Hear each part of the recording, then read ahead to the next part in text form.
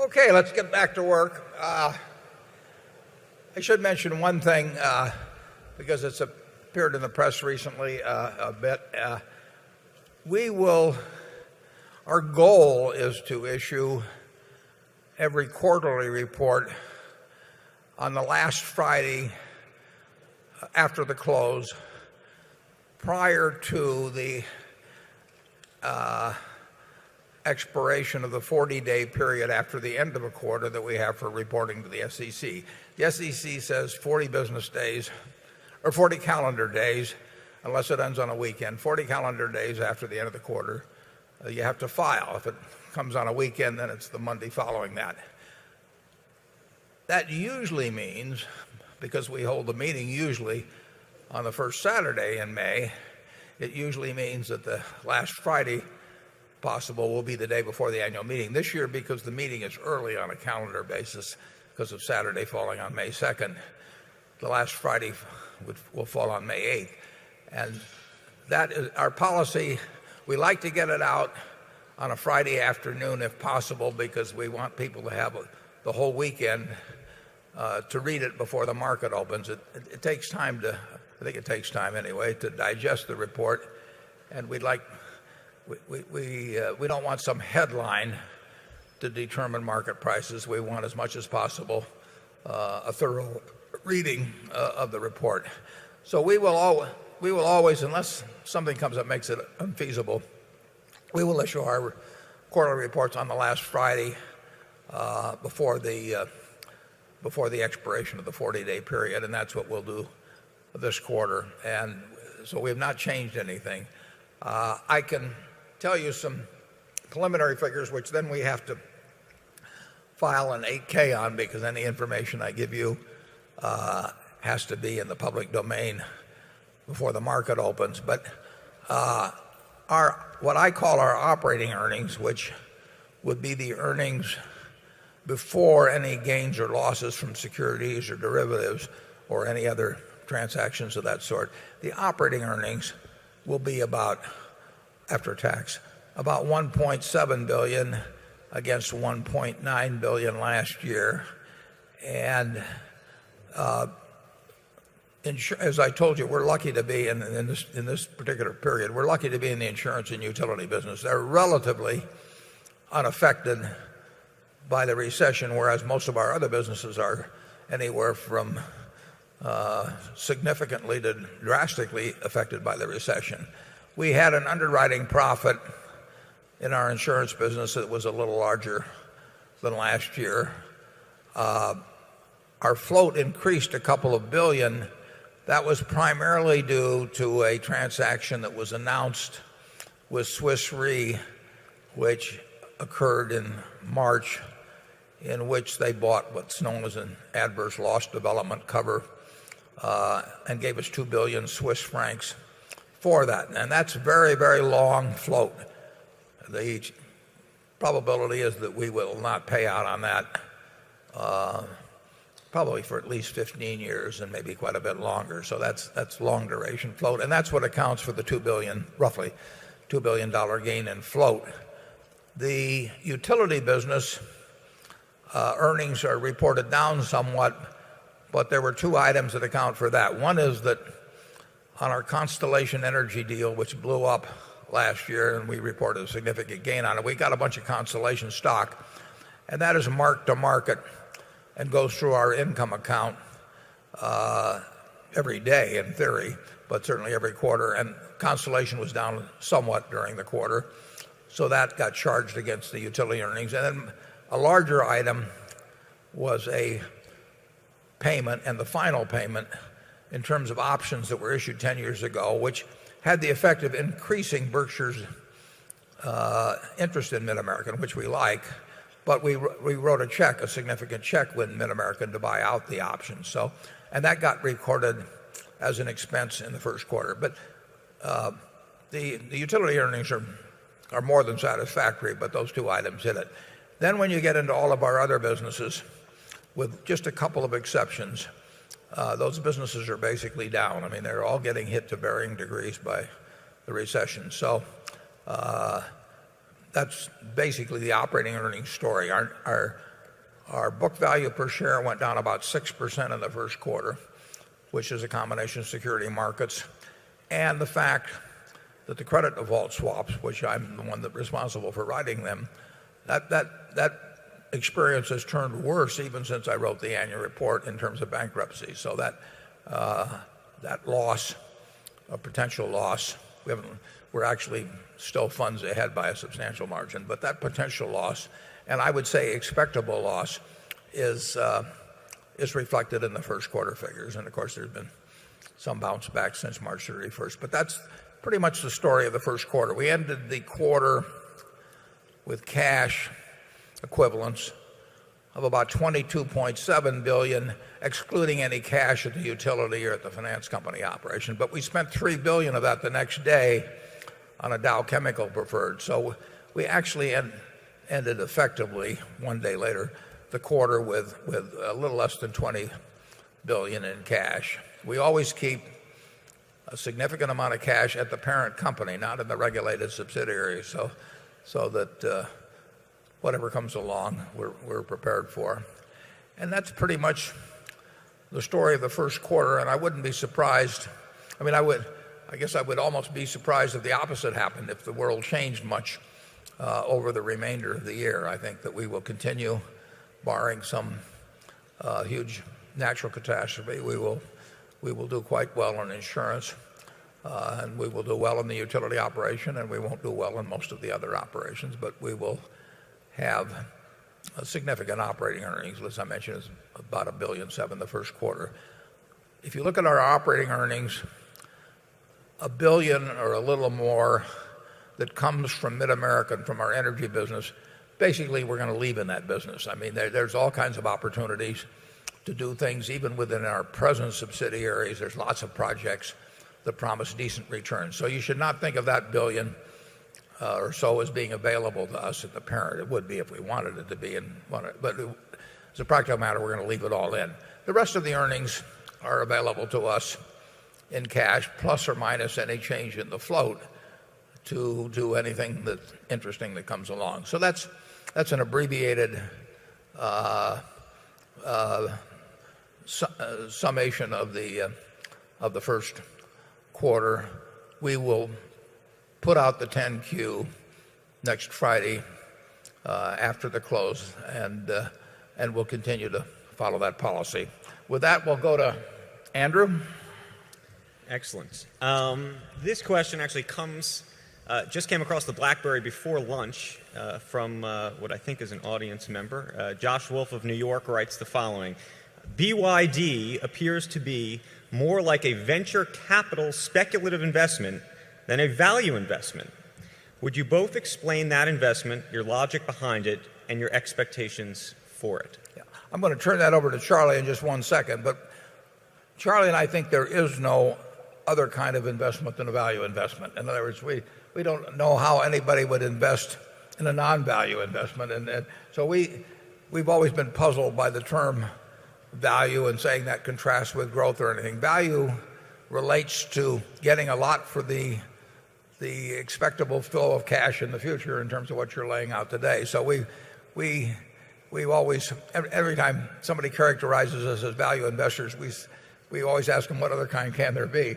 But Charlie is our team leader here on BYD, and he gets very excited. So I may have to control him, but go to it, Charlie. Yes, well, of course, BYD, although its founder is only 43 years old, is not some early stage venture capital company. BYD is one of the main manufacturers of the world of the rechargeable lithium battery, and it achieved that position from a standing start at zero under the leadership of the founder, Wan Chunfu. And they went on into cell phone components and developed a huge position. And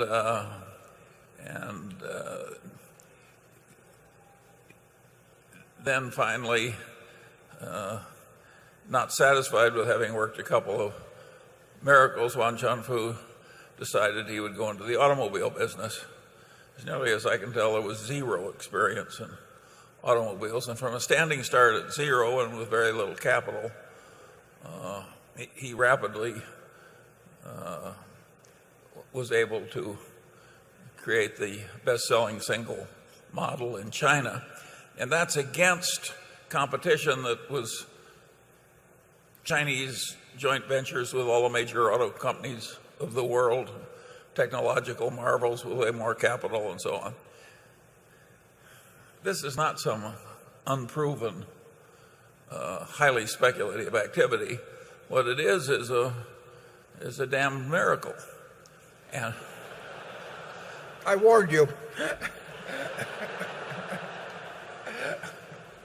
And of course, Lan Chuanfu has hired 17,000 engineering graduates, and those engineering graduates are selected from 1,300,000,000 people in China, and he's hiring at the top of the classes, and so you get a remarkable aggregation of human talent. And then you've got the basic quality of the Chinese people, which, when unfettered from the wrong kind of government, for instance, the wrong kind of emperor, the Chinese people succeed mightily. When they came to this country as coolies, slaves, they would leave and soon be the most important people in the town. So this is a very talented group of people. And in a sense, this particular period may be Chinese, the Chinese day. And of course, these batteries, these lithium batteries, are totally needed in the future of the world. And we need them in every utility company in America. We need them in every utility company of the world. And we have to use the direct power of the sun, and we can't do that without marvelous batteries. And he's in the BYD is in the sweet spot on that stuff. And I know it looks like a miracle, and it looks like Warren and I have gone crazy, but I don't think we have. Well, one of us at most. And that car you're going to see in the annex, I think they make everything in that car except the glass and the rubber. There may be a couple of small exceptions. That's unheard of. Whoever went into the automobile business and made every part and made it and made the automobile a best-selling thing. This is not normal. I mean, this is very unusual, and I regard it as a privilege to have Berkshire associated with a company that is trying to do so much that's so important for humanity when you get right down to it. Because it may be a small company, but its ambitions are large, and I don't want to bet against 17,000 Chinese engineers led by Lan Chuanfu, plus 100,000 more talented Chinese in a brand new area constructed the way they want it.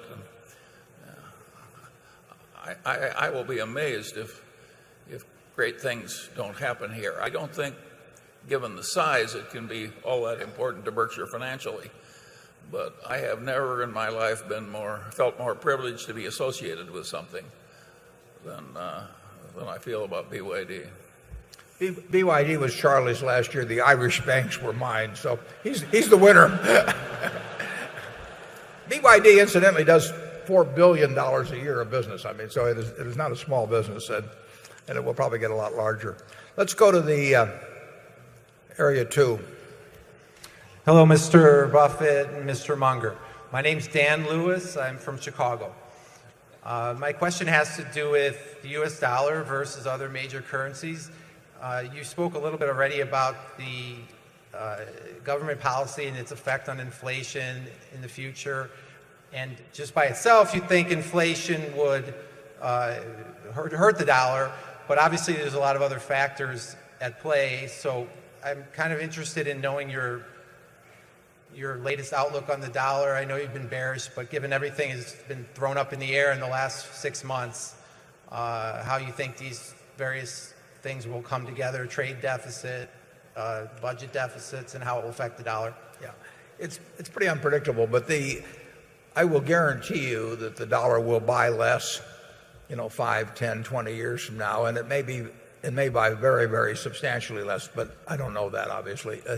But we are doing things that will hurt the purchasing power of the dollar. On the other hand, the same thing is happening in countries around the world. So it's very difficult to say whether the dollar versus the pound or the dollar versus the euro, et cetera, how that will behave, because the British will run a deficit this year of 12 and a fraction percent of GDP, and even the Germans, with their that long time fear of inflation, will probably run a deficit of 6 and a fraction percent of GDP. So you've got governments around the world all electing to run, and I think properly so, electing to run very material deficits, in some cases, close to unprecedented, except in wartime, electing to do that in order to offset this contraction of demand by their citizenry. And how that plays out in relative exchange rates, I can't tell you. How it will play out in terms of the value of their currencies, purchasing power in the future versus now, I think is fairly easy to say, and that's that it's going to cause units of currency to buy a lot less over time. That isn't going to happen in the next year or two, but that doesn't mean that markets won't start anticipating it at some point. And it's going to be a very, very interesting future. I mean, we are doing things that we haven't seen in the past, and policymakers do not know the outcome of that. I don't know the outcome of it. You do know it will have consequences, and you can bet on inflation. Charlie? Well, I was raised here in Omaha, and I well remember the 2-cent first-class stamp and the 5-cent hamburger. And so in my life, there's been a lot of inflation. And in my life, I think I've had the most privileged era of all history in which to live. So a little inflation is not going to ruin the lives of any of us.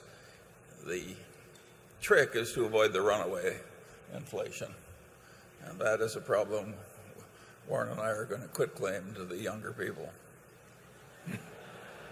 Here is a product, though. 6.5 ounces of this product 100 years ago cost a nickel plus a 2-cent deposit, and it's hardly gone up in price at all. It's very interesting. Wheat hasn't gone up that much, or oats, or things of that sort. And on the other hand, a newspaper that cost a penny 100 years ago costs $1 now, and they lose money turning it out. So that it gets very uneven in terms of its impact. Carol? Warren, Charlie, this question, I got a good many of these. This one comes from, who does it come from? Well, it comes from Mr. Kempton. Kempton Lamb or Lamb Kempton, one of the two, from Calgary, Canada. And the question is, how would you quantify the financial impact and damage of Berkshire losing its AAA credit rating, which increased the cost of capital of Berkshire, which was surely a competitive advantage for the company? And Warren, what are you doing actively to try to restore Berkshire's AAA rating? Do you think that Berkshire will be able to regain it? Well, it won't regain it soon, because I don't think rating agencies will turn around like that, even if they should. We have a AAA from Standard & Poor's, but it's provisional, and they're going to look at it in about, I think they said about 12 months. Moody's affirmed the rating early in January. Then we issued a bond at one point where that was right after the rating changed. And actually, in terms of our credit default swaps, which is a metric you can use for credit acceptance, although I'll tell you in a second an interesting aspect of that. That spread came down, actually. It makes very, very little difference in our borrowing costs. I mean, very little. And it never has, incidentally. I mean, double A's versus triple A's, the spread has always been very small, and people would argue in finance classes and all that it wasn't worth paying the price to have a triple A because you didn't save that much on debt, and it cost you in terms of return on equity. I never subscribed to that, and I very much liked having a triple A from both Moody's and Standard & Poor's. I was disappointed when Moody's downgraded us. We didn't really think that was going to happen, but it did. And it doesn't have any material effect on borrowing costs. It does cause us to lose some bragging rights around the world in terms of our insurance promise, although nobody ranks ahead of us, that's for sure. But it will not change back in a hurry. I mean, people don't make decisions in committees that they reverse very quickly. It's just not human nature. We're still a triple A in my mind, and actually we're a triple A in Standard & Poor's mind until we hear something differently. We certainly think, and we run it in a way that there can be no stronger credit than Berkshire. It's difficult for a rating agency, if they have a checkbox system of ratios and such, to measure something like the attitude of management toward creditors. But I will assure you that Berkshire has a management that regards meeting its obligations as sacred and a lot more important than increasing earnings per share or anything of the sort. I mean, we have obligations to people in something like workers' compensation that go 50 years out in the future. I mean, this is somebody that's been injured severely, and they get a check every month from Berkshire, and that's a lot more important than whether we earn X or X plus a tenth or a couple of tenths % on equity. And we conduct ourselves, or we certainly try to conduct ourselves so that not only will people get those checks, but they'll never have to even worry about getting those checks. And that's very difficult for a rating agency to quantify that attitude on the part of the management of Berkshire. But believe me, it exists. And I would say that the AAA change at Moody's is not going to be material in the future of Berkshire, but it still irritates me. Charlie? Well, at least they showed a considerable independence. Yeah. Who knows? That may have entered into it, too. Yeah. My attitude is quite philosophical. I think the next change at Moody's will be in the opposite direction. And I think that will happen because we deserve a higher rating and they're smart. When Charlie and I disagree, and we do disagree a lot, we never argue, but we disagree. And Charlie, when he gets to the point where he really wants me to do something, like buy the BYD interest or something, he always says to me, well, he says, in the end, you'll see it my way because you're smart and I'm right.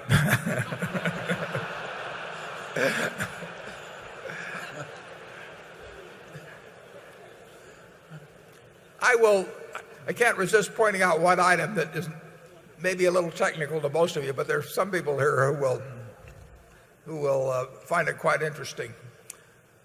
And it actually even enters into credit ratings to a great extent that credit default swaps enter into it. When we write let's take an equity put option, and we get paid for writing a $1 billion put, somebody pays us $150 million. We get the $150 million of cash that day, and we set up a liability for $150 million the first day for the value or our appraisal of what it's going to cost us to meet that obligation. I mean, that's the market price for it. The other guy takes $150 million out of his cash and sets up a $150 million receivable that day. Now, these receivables and payables change over time, but the first day, no profit, no loss, just cash changing hands. One guy sets up an asset, the other guy, we set up a liability. Now, as the world has developed in the last couple of years, the value of that asset to the other fellow has increased on a mark-to-market basis. And he reports that through earnings. So his asset goes up, our liability goes up, and we report that through earnings as a loss. But we've got the cash, and he's got an asset from us that comes due in 15 years or something like that. And in the last couple of years, his auditors, his credit department has said, gee, you've got a receivable from Berkshire that comes due in 15 years, and they don't have to post collateral, so you have to go out and buy a credit default swap to protect yourself against that receivable going bad. Now, that has two effects. A, he's laying out money every year to buy something that doesn't cost us anything, but costs him real money. And the more he shows as a profit, the more of the credit insurance he has to buy, so the more money it costs him every year. And that has driven up the demand for credit default swaps at Berkshire, which made for some crazy prices. So at one point, our credit default swaps were costing that guy 5% a year. So if he was showing, say, a $200 million asset, he was laying out $10 a year, and he's going to have to lay it out for 15 years just because of these of his credit department's requirements. And it's made it very unpleasant for the people on the other side of our transactions, even though they keep writing up the profits. It doesn't cost us anything, but it does result in a kind of a crazy market in the credit default swaps. I realize that that has not been a burning issue with many of you, but it is an unusual, it's something I didn't anticipate. And it explains why, to some extent, people may want to modify their contracts with us, and if they want to modify them enough, we'll answer the phone. But in the meantime, we're sitting with the money. Let's go to area 3. Jim Haddon, Cornhusker in Davenport, Iowa.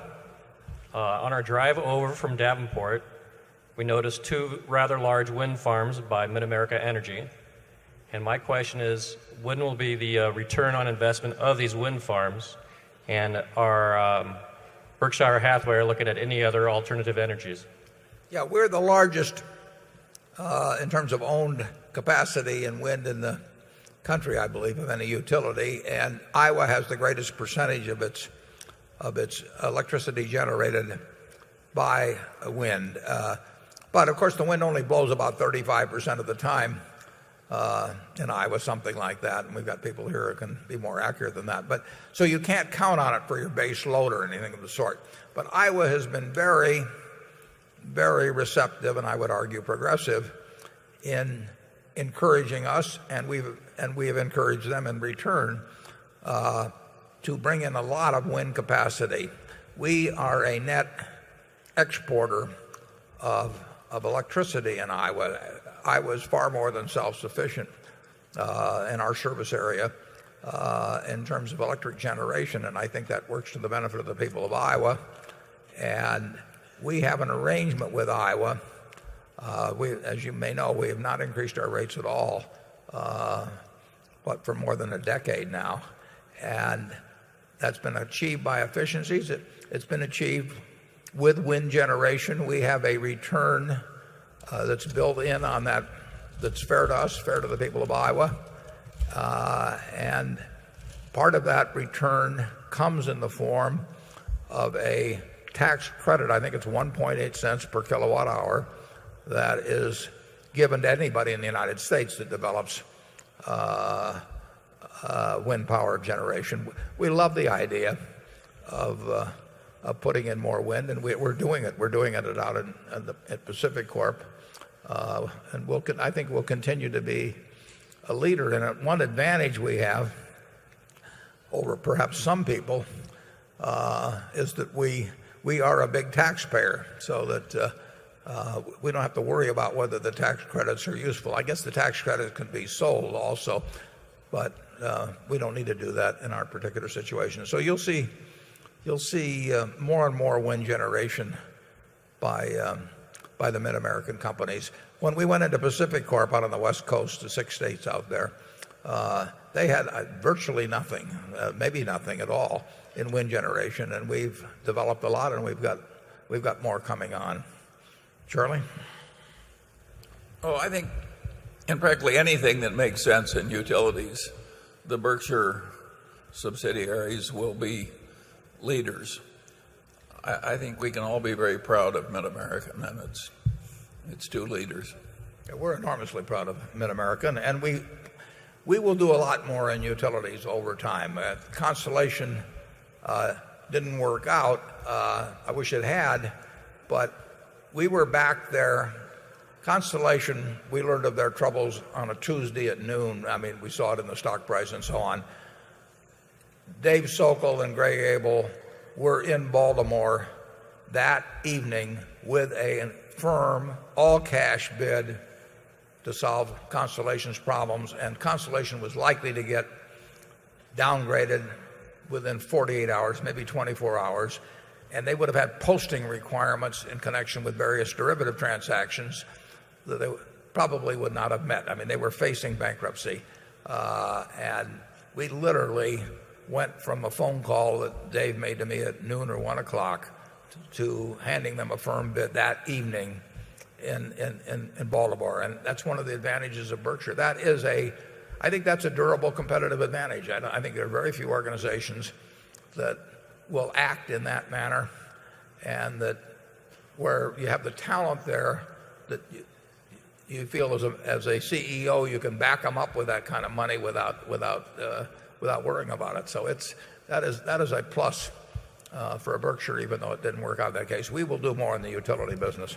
Well, you bought a pipeline, didn't you, in about 2 hours? Yeah, we did buy a pipeline, and it turned out very well. And in that particular case, the company Dynegy, this was back in 2002 or so, the company needed the money enormously. They'd gotten the pipeline from Enron. It was a very complicated transaction, but they needed the money, and we needed the Federal Trade Commission approval, the FTC approval on the deal, as would anybody that was buying it.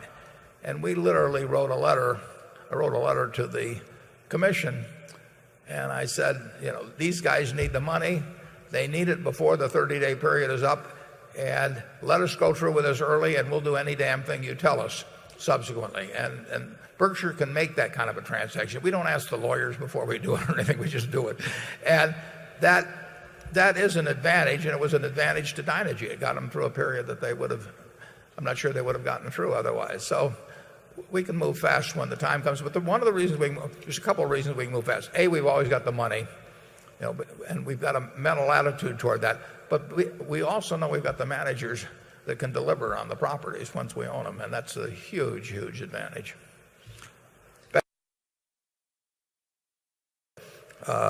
China, we would be restricted by that ownership limitation, but it's very hard to imagine that we won't find more things to do in China over time. I mean, it's a huge market. We do a lot of things, and some of those are exportable, and there will also perhaps be opportunities to buy more businesses there. We would have bought more than 10% of BYD if we could have, but that's all that they wish to sell us. So we hope that comes about. In terms of the Chinese dollar holdings, in a way they can't get rid of owning more dollar assets. I mean, the nature of it is, if we're going to run as we did a few years ago, or a year or two ago, if we're going to run a $250 billion trade deficit with China, I mean, if they're going to send us goods, and we want those goods, to the tune of $250 billion more than we sell to them, they end up with $250 billion of little pieces of paper. And they can convert those pieces of paper, called US dollars, they can convert them into US real estate, into US stocks, US government bonds. They can do all kinds of things. They can even trade them to the French, and get euros or something in exchange, but then the French have the problem. So the Chinese dollar assets are going to build as long as there's a significant trade surplus with China. And then they have the choice of what to put those dollars into. And they have elected so far to put a significant amount into U.S. government bonds. And I think a major official about a month ago or so in China said he wasn't too happy about the prospect of what's going to happen in terms of the purchasing power of that money that's been put in U.S. government bonds. And I would say he's right. I mean, anybody that owns dollar obligations outside of this country is, if they hold them a long time, is going to get less back in the way of purchasing power than existed at the time that they took on those dollar obligations. And it's a major problem. Not the world's worst problem, but it's a major problem for a finance minister or a government in China to decide what to do with this buildup that comes about because they are running a trade surplus. And they've set up the Chinese Investment Corp, which has a couple $100 billion in it in terms of deciding to make investments around the world. But it's an interesting question. If you made me the finance minister of China, what I would do with the trade surplus, the funds that came in because of the trade surplus. And I think I'll turn it over to Charlie and ask him what he would do if he were the finance minister of China. Well, I regard that as a very easy question. I would do exactly what they're doing. I think China has one of the most successful economic policies in the world. And China has advanced more rapidly than the rest of the world. And I would say their policies are exactly right. And their rate of advance is so great and so meaningful that if they lost a little bit of purchasing power on their dollar holdings, it's a trifle in the big scheme of things from the viewpoint of China. So I've got nothing but admiration for the way the Chinese have been running their own affairs. And they're going to be very hard to compete with all over the world. And that is exactly the correct policy for China. That's the way you get ahead fast, is to be very hard to compete with all over the world. So I think they're doing it exactly right. And I think that the United States and China should be very friendly nations because we're joined at the hip. So you'd suggest they keep buying U.S. Treasuries at probably no yield? Whatever they yield. They're not no yields because they can buy longer. Okay, we've got some advice for the Chinese government. Carol? In the past, you have stated that management should, this question comes from Ingrid Hendershot. In the past, you have stated that management should be required after several years to do a post-mortem on acquisitions it makes. Would you each provide us with your post-mortem on Berkshire's largest acquisition, General Re? Yeah, I don't think I'll comment on General Re, but I don't think we generally should make our postmortems public. I think that if we acquired, we do believe in postmortems, and we strongly believe in them, and we think they're conducted at far too few companies. It's easy to propose a deal, and it's much harder to account for it later on. And Charlie is a big fan of rubbing anybody's nose in their own problems, and it absolutely should be done. I don't think it necessarily should be made public. I don't think that you attract businesses and managers by pointing out, even though you were the one that made the mistake as the acquirer in your projections, pointing out the shortfalls that may have occurred with the managers that are maybe doing a very good job to try and overcome the fact that you made a mistake in buying it in the first place. So I wouldn't want to get into that. Gen Re has worked out well after a terrible start, and I was dead wrong in 1998 when I bought it in thinking that it was the Gen Re of 15 years earlier, which had absolutely the premier reputation in the insurance world, and some practices in terms of reserving and underwriting had changed somewhat, but I'm happy to say that thanks to the combined work of Tad Montross, who is with us here today, and Joe, Joe Brandon. Yeah, Joe Brandon, of course. But Joe and Tad, when they took over in September of 2001, actually, right about the time of the World Trade Center problem. They took after all of the problems. They went right after them, reserving, underwriting, whatever it might be. And Gen Re is the company now that I thought it was when I purchased it in 1998. So we're proud of them. It was a very tough job. It wasn't one that was going to get done by itself. And that to some extent, when you tighten up on an organization that has fallen into some lax ways, it can, that is not an easy job. Both of them, or each of them, they could have left for some other place and made just as much money, maybe more money, not had to face the problems that they faced at Gen Re, but they hung in there, and now we have an organization that we feel terrific about and has a great future. Charlie? Well, I think that's right, but it's very important that you have an ability to turn your lemons into lemonade. And we were very, very lucky to have Joe and Ted to help us in the process. It wasn't pleasant, and it wasn't pretty, and it was very successful, and it wasn't something that ordinary managers would have been at all likely to do. You had to be very tough-minded to fix General Re, and they really did fix it. When we do the postmortems, we, in a sense, are looking at our own handiwork. I mean, we make the decisions. It's not some strategy department someplace or vice president in charge of acquisitions or some management consultant that comes in and tells us we ought to buy this or that. We're looking at our decisions, and that's very important, and we talk about that.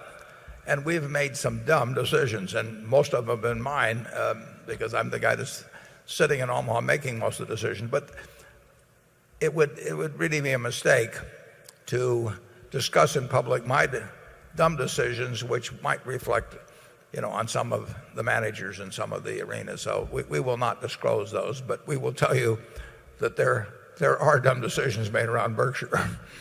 The really brilliant decision in the General Re transaction was made by Joe Brandon. He was the one who decided that Berkshire should buy General Re, and he caused the transaction. And it wouldn't have happened, I think, if he hadn't been there. Would you agree with that? Yeah, that's true. Mm-hmm. And Joe was the steward for the General Re shareholders. We got a decent result, and they got a fabulous result. So if capitalism has any heroes in that transaction, why, Joe's the hero. Okay, let's go to number 6. Yes, sir. Mr. Buffett, Mr. Munger, I'm Chuck Hosmer from California. And you mentioned earlier the union cooperation at the Buffalo newspapers. Without the introduction of unions, how do you view contracts for other employees of BRK subsidiaries? I'm just trying to think whether we have any contracts. I hope not. Yeah, we are not big believers in contracts. We hand people hundreds of millions or billions of dollars in some cases to sell us their business. And the decision we have to make is, are they going to have the same passion for the business after they hand us the stock certificate and we hand them the money? Are they going to have the same passion that they had beforehand? And if we're wrong on that, no contract is going to save us. We don't want relationships that are based on contracts. So I can't really think of a formal contract that we have. We have understandings about bonus arrangements and that sort of thing, and that's not that complicated with various managers. I mean, we have the comp of the top person at each company is basically my responsibility, and we have all kinds of different arrangements because we have all kinds of different businesses. Some of our businesses, capital is an important factor, and so you have to put that in the comp arrangement. Some of it, capital doesn't mean a thing. Some of our businesses are very easy and very profitable. Some of them are very tough, and it takes a genius to get a so-so result. So we have a whole bunch of different arrangements on that, but we don't try to hold people by contracts, and it wouldn't work. And we basically don't like engaging in them. So you're looking at a company that. Can you think of any contracts we have, Charlie? No. our model is a seamless web of trust that's deserved on both sides. That's what we're aiming for. The Hollywood model, where everyone has a contract and no trust is deserved on either side, is not what we want at all. Yeah, we do not want to negotiate the size of the executive bathroom. I mean, that is not our game. Becky?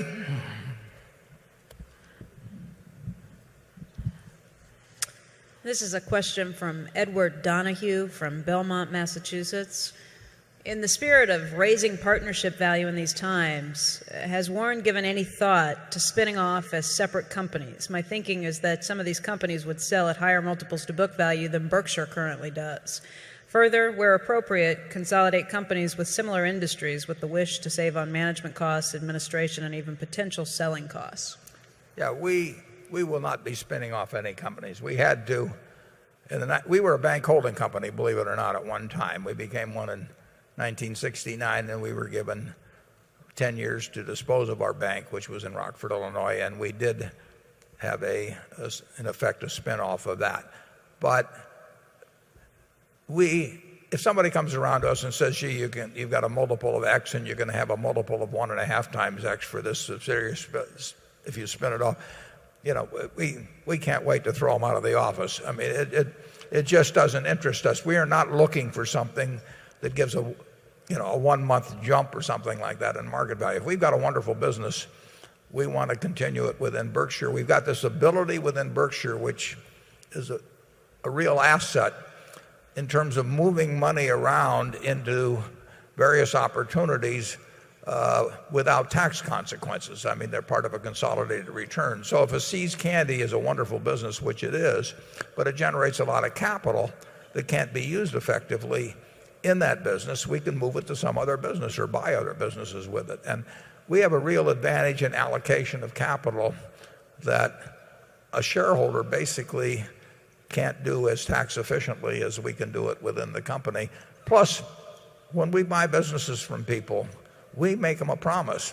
They can read our economic principles in the back of the annual report, and they know that we're buying for keeps. It is a marriage that's going to last, and we're not going to, because we can get a higher multiple or something for a temporary period of time, spin something off. On top of it, there would be those other costs, but that's not the determining factor. It's the basic principle at Berkshire that we buy to keep, and people can trust us to keep our word on that. Charlie? Yeah, so many of those spin-offs, because market cap will be a little higher. Wall Street sells that stuff so they can get fees. It isn't really doing that much for anybody in the ordinary case. I suppose the one exception that could happen, if the regulation was crazy enough, you can imagine something that might cause Berkshire to go to 2 parts. But short of something like that, you're looking at what you're going to get. If it was actually hurting some operation because regulation was focused in that, and that tied the hands of other companies in the Berkshire Group, we'd have to look at that. But as Charlie said, we have listened to presentation after presentation over a lot of years by investment bankers, basically saying, if you just do this wonderful thing, that the market will love you,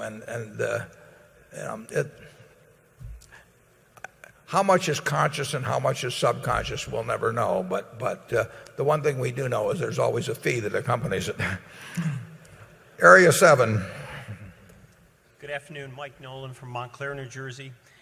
Until recently, the student loan business in the United States has been a very attractive and successful one. However, proposed changes coming out of Washington have thrown the industry into disarray. Could you comment on the industry, which is highly reliant on both faith, trust, as well as financing, and talk a little bit about the companies in this business? Yeah, I don't know that much about it. Maybe Charlie does. No, I don't know this much about it either. There's been a fair amount of scandal in terms of the sales methods. Some of the companies in the field got awfully cozy with some of the university administrators and so on. It's been a long time since Charlie and I thought about getting a student loan, so we we haven't checked the regulations too carefully on that one. But, we don't know a lot about it. No. I actually got approached, I guess it was about a year ago or a year and a half ago, on the deal that fell through on Sallie Mae. And I said at the time to the fellow that called me, I didn't understand it that well, and it turned out to be a good thing I didn't. Andrew?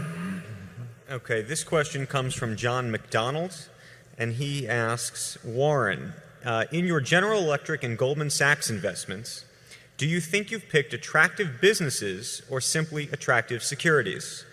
Ben Graham's security analysis suggests that the most frightening things an executive management can do is manage earnings, which it could be argued both of these firms do. What is your reaction to that? Well, I could say that I could argue that a very substantial percentage of American industry over the last 15 years at one time or another has managed earnings, and I've witnessed it and argued against it and gotten no place. So I don't regard that as a malady that's limited in its experience. I don't know anything. I would not get into the specifics of those companies. I felt good about those companies in terms of the quality of the businesses they had and the quality of the management. But it was the terms primarily that caused us to make those deals. I mean, those were made in a period when markets were in chaos, and you should have gotten very good terms for committing money. That very few people were either willing or in most cases able to commit major sums on short notice, and it took good terms in order for us to do it. And like I said, I'm not sure there was any second possibility in those cases. It was a really extraordinary period. We were happy to do it. I feel good about the deals, obviously, because we got a very good coupon. But considering the circumstances under which the deals were made, I don't think there was an alternative. So if they wanted $5 billion and $3 billion respectively on those deals, I think we were the low bid in effect. But I also think we made very decent deals. And could we have done something better with the money at that time? I don't know. As I measured at that time, I could not find anything that I liked better. It was the terms of the deals overwhelmingly, although we obviously like the businesses. I know the managers, the CEOs of both companies very well, and I think they are terrific people. I think they're smart people, and I think they've been very straight with us long before we made a deal with them. So we're very happy with those deals. Charlie? Yeah, there's been a lot of criticism of investment banking in this arena, starting with that movie. But Berkshire itself has had marvelous services from all of its investment bankers, which is interesting. Think of what we'd be saying if we'd been mistreated. We've done a lot of business with Goldman Sachs over the years, and my experience goes back to when I was 10 years old and met Sidney Weinberg, who was running the firm and was a legendary Wall Street. Well, he was Mr. Wall Street for a long, long time, and I was a friend of Gus Levy's, and Gus Levy also did some really nice things for us, including when we had a little nothing company called Diversified Retailing, which Charlie and I and Sandy Gottesman jointly formed. Gus came in on an underwriting of a $6 million issue brought by New York Securities, which he wouldn't have dreamt of coming in, in that kind of a deal under most circumstances. And he had Goldman Sachs join in at that time. So there have been a lot of things that have made for a very happy relationship with Goldman Sachs. I feel good about them. And of course, we do lots of business with General Electric. We've bought I don't know how many of those wind turbines from them. But GE is a very, very important American institution. We'll sell them a lot of things, we'll buy a lot of things from them, and we'll make money on our investments. So that keeps me happy. Area 8. Hello, Mark Hoffman from San Diego, California. Just want to thank you for all your wisdom and advice over the years. Also like to thank the boys at the Blumpkins, the Furniture Mart. They gave us a great tour the other day. I'm from an organization called the EEO, and they really showed us the culture at Berkshire and what you guys do. My question is, looking at the overall world economy, the Berkshire businesses are great, but my question is there underlying issues you see in the world economy, like going off the gold standard 40 years ago and fiat currency and countries making money like crazy? If the Berkshire businesses are great, but the underlying economy is a problem, where do we go from there? What are the questions you're asking yourself about the world economy? Thanks. Yeah, there's always a lot of things wrong with the world. Unfortunately, it's the only world we've got. I mean, so we live with it and we deal with it. But the beauty of it is, this system works very well. I don't have the faintest idea what's going to happen in business or markets in the next year or 2 years. But the one thing I know is that over time, people will live better and better in this country. We have a system that works. It unleashes human potential. I was just thinking, we have today about 35,000 people here. That was almost 1% of the population of the United States in the first census in 1790. Just 100 groups like this, and you were talking the whole country. If you look at if we'd had this room filled back in 1790 with 35,000 citizens of the United States, then they would have been just as smart as we were natively, their intelligence.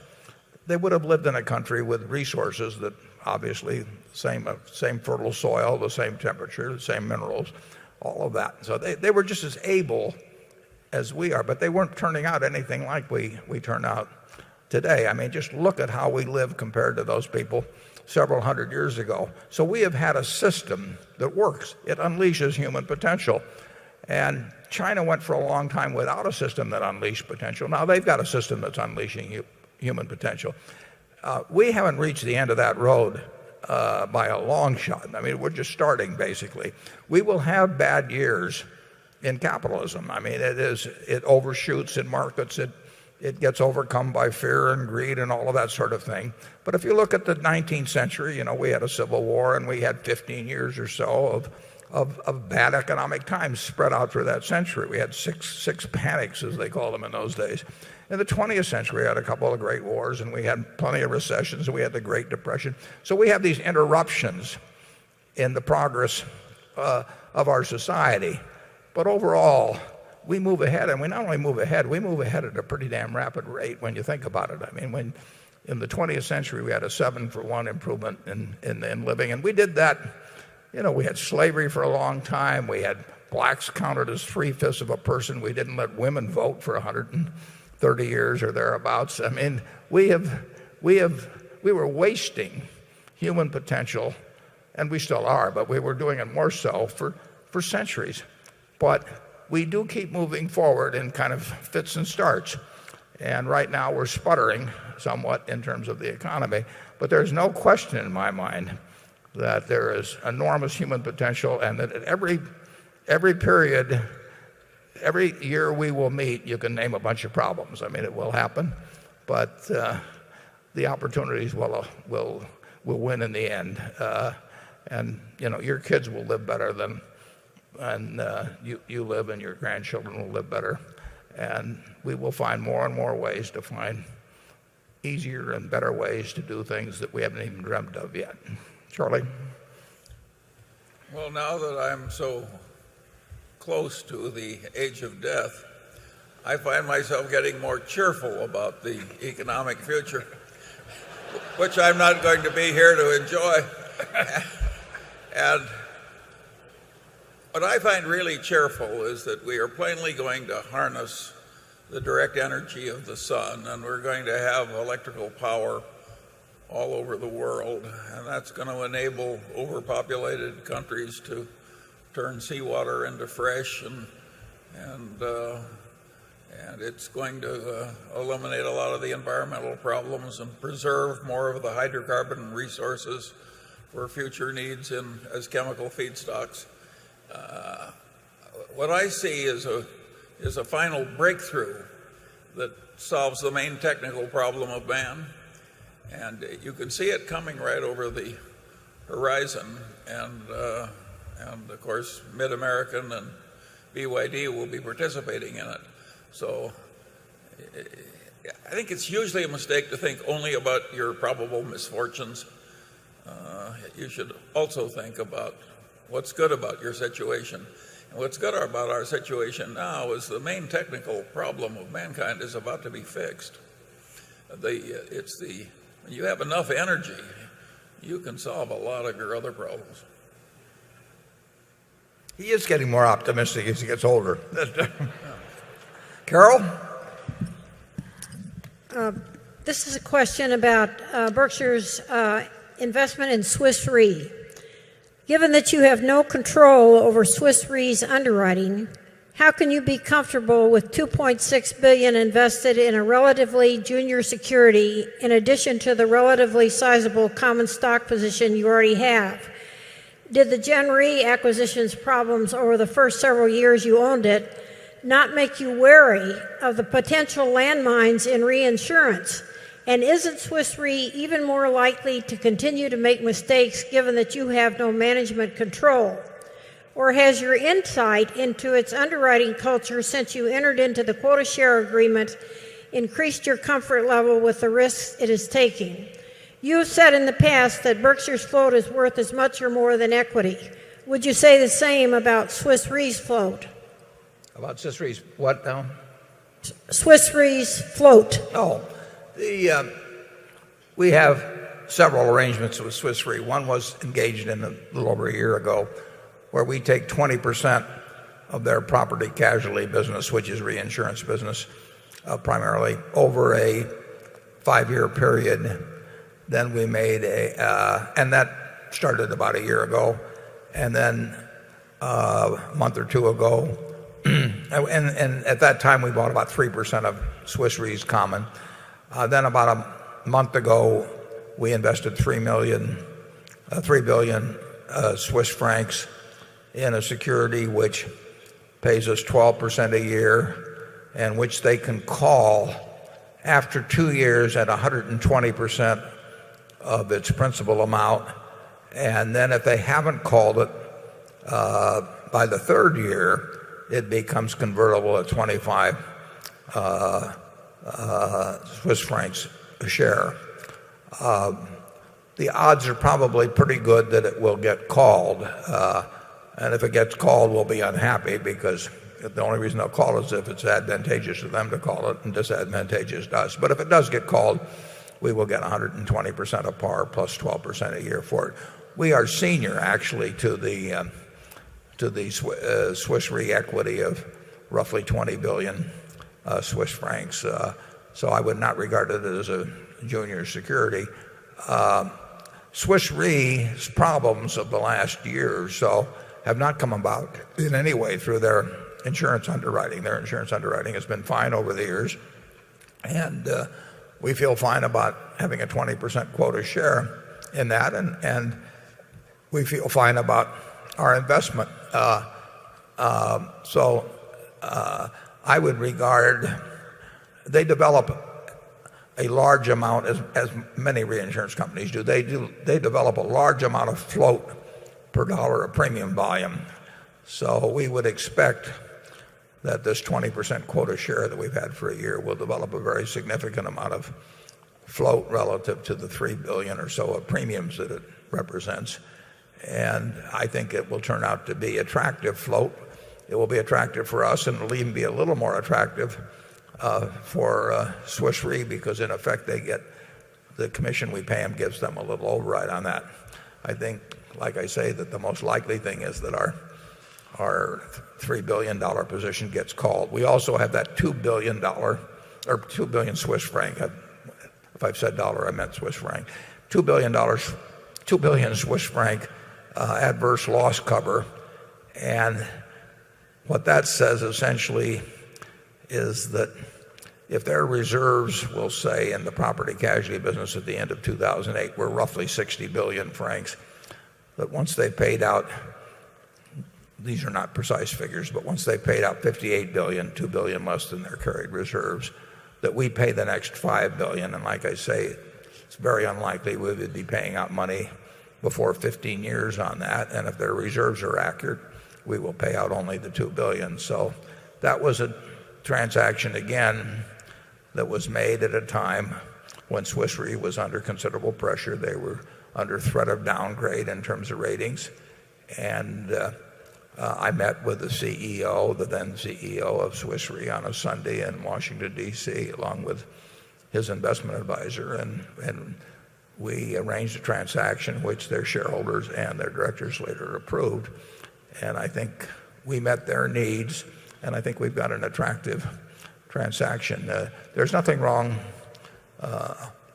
we may prefer Gen Re, but there's nothing wrong with Swiss Re's underwriting. It did not cause any of the problems that they have now. That arose from something akin to the problems of AIG, although not remotely on the scale of AIG, but both somewhat in financial products and somewhat on the asset side. It did not arise from underwriting. Charlie? Yes, if that's a terrible problem, we wish we had more of it. Area 9, please. I'm Vishali from the Philippines. My question is about compensation in a capital-intensive subsidiary. Now, I'm going to take the liberty to assume that the large number of bank failures were caused in a large part by incentive bias.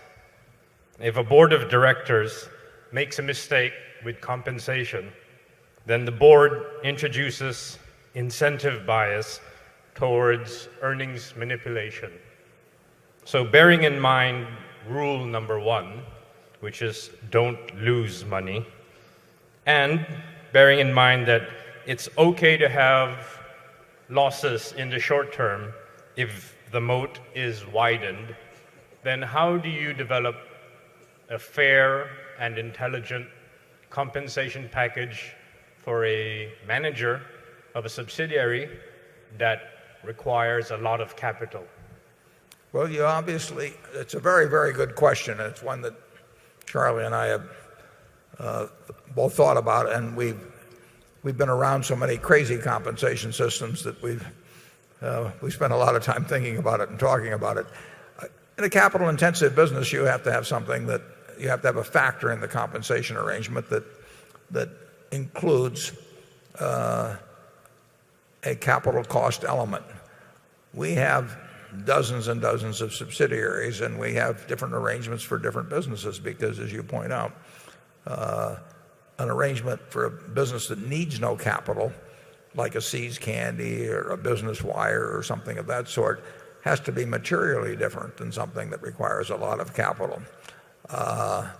We think we've got rational compensation systems. We agree with you that incentives are very important. I would say that I think your question implied a little bit that the board sets these things.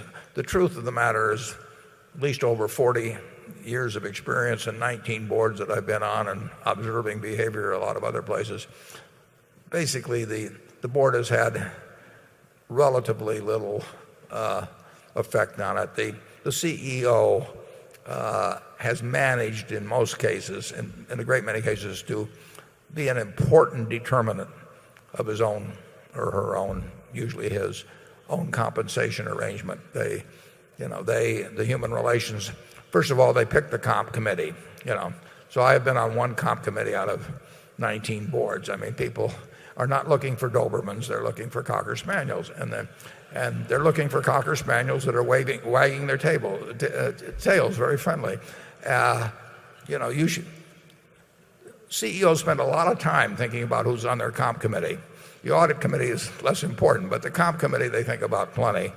And the comp committee meets every few months, and a human relations vice president comes in who is responsible directly to the CEO and probably recommends a compensation consultant. And believe me, they don't go around looking for the ones that are going to upset the apple cart. So it's been a system that the CEO has dominated. And in my experience, boards have done very little in the way of really thinking through as an owner or as owner's representatives what the hell is the proper way to pay these people and how to incent them not only do the right thing, but also to incentivize them not to do the wrong thing.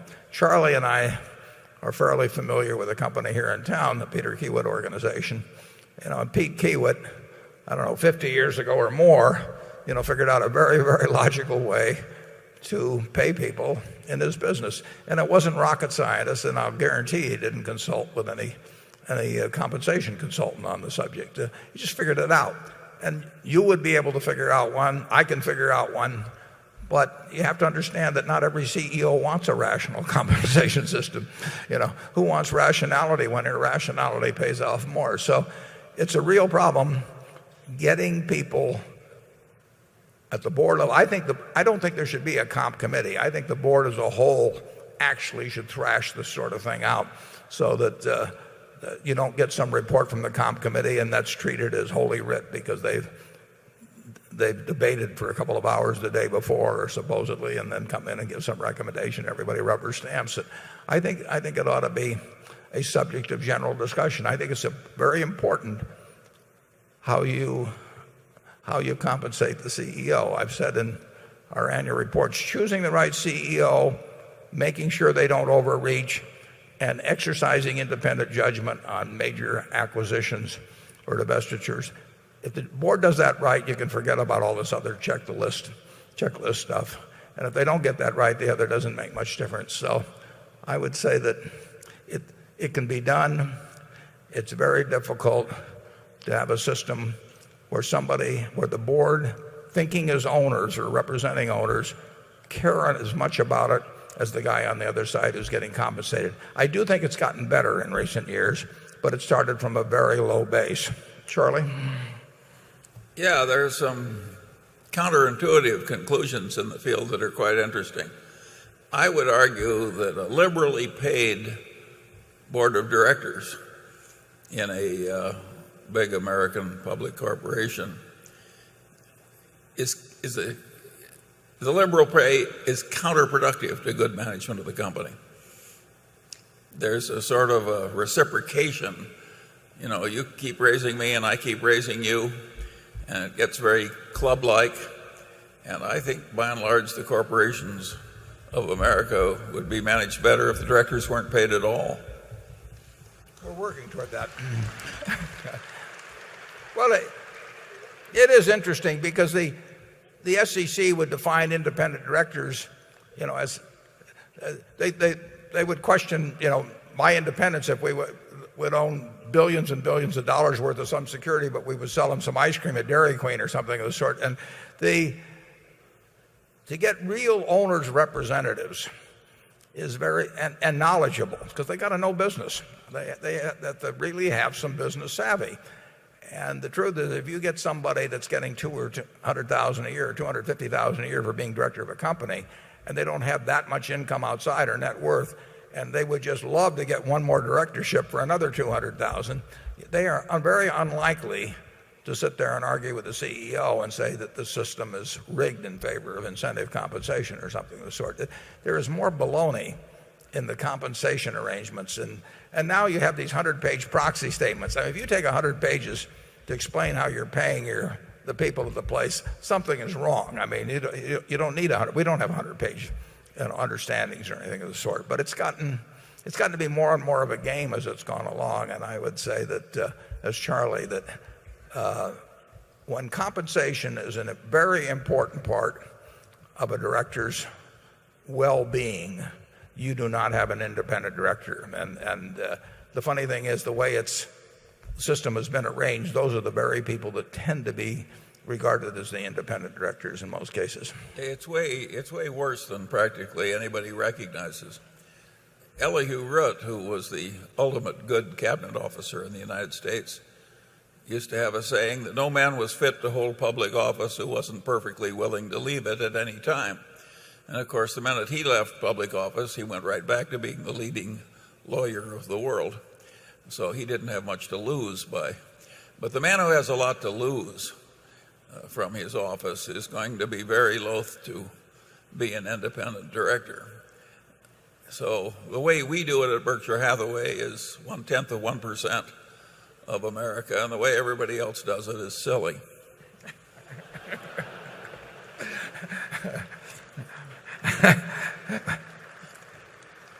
I love being up here with him. Becky. This is a question from Paula Sauer. And since Charlie seems to be getting more optimistic, maybe we should ask him this question first, and then Warren, you can try and top it. But Paula writes in, what's the worst case scenario you can imagine with respect to the insurance business?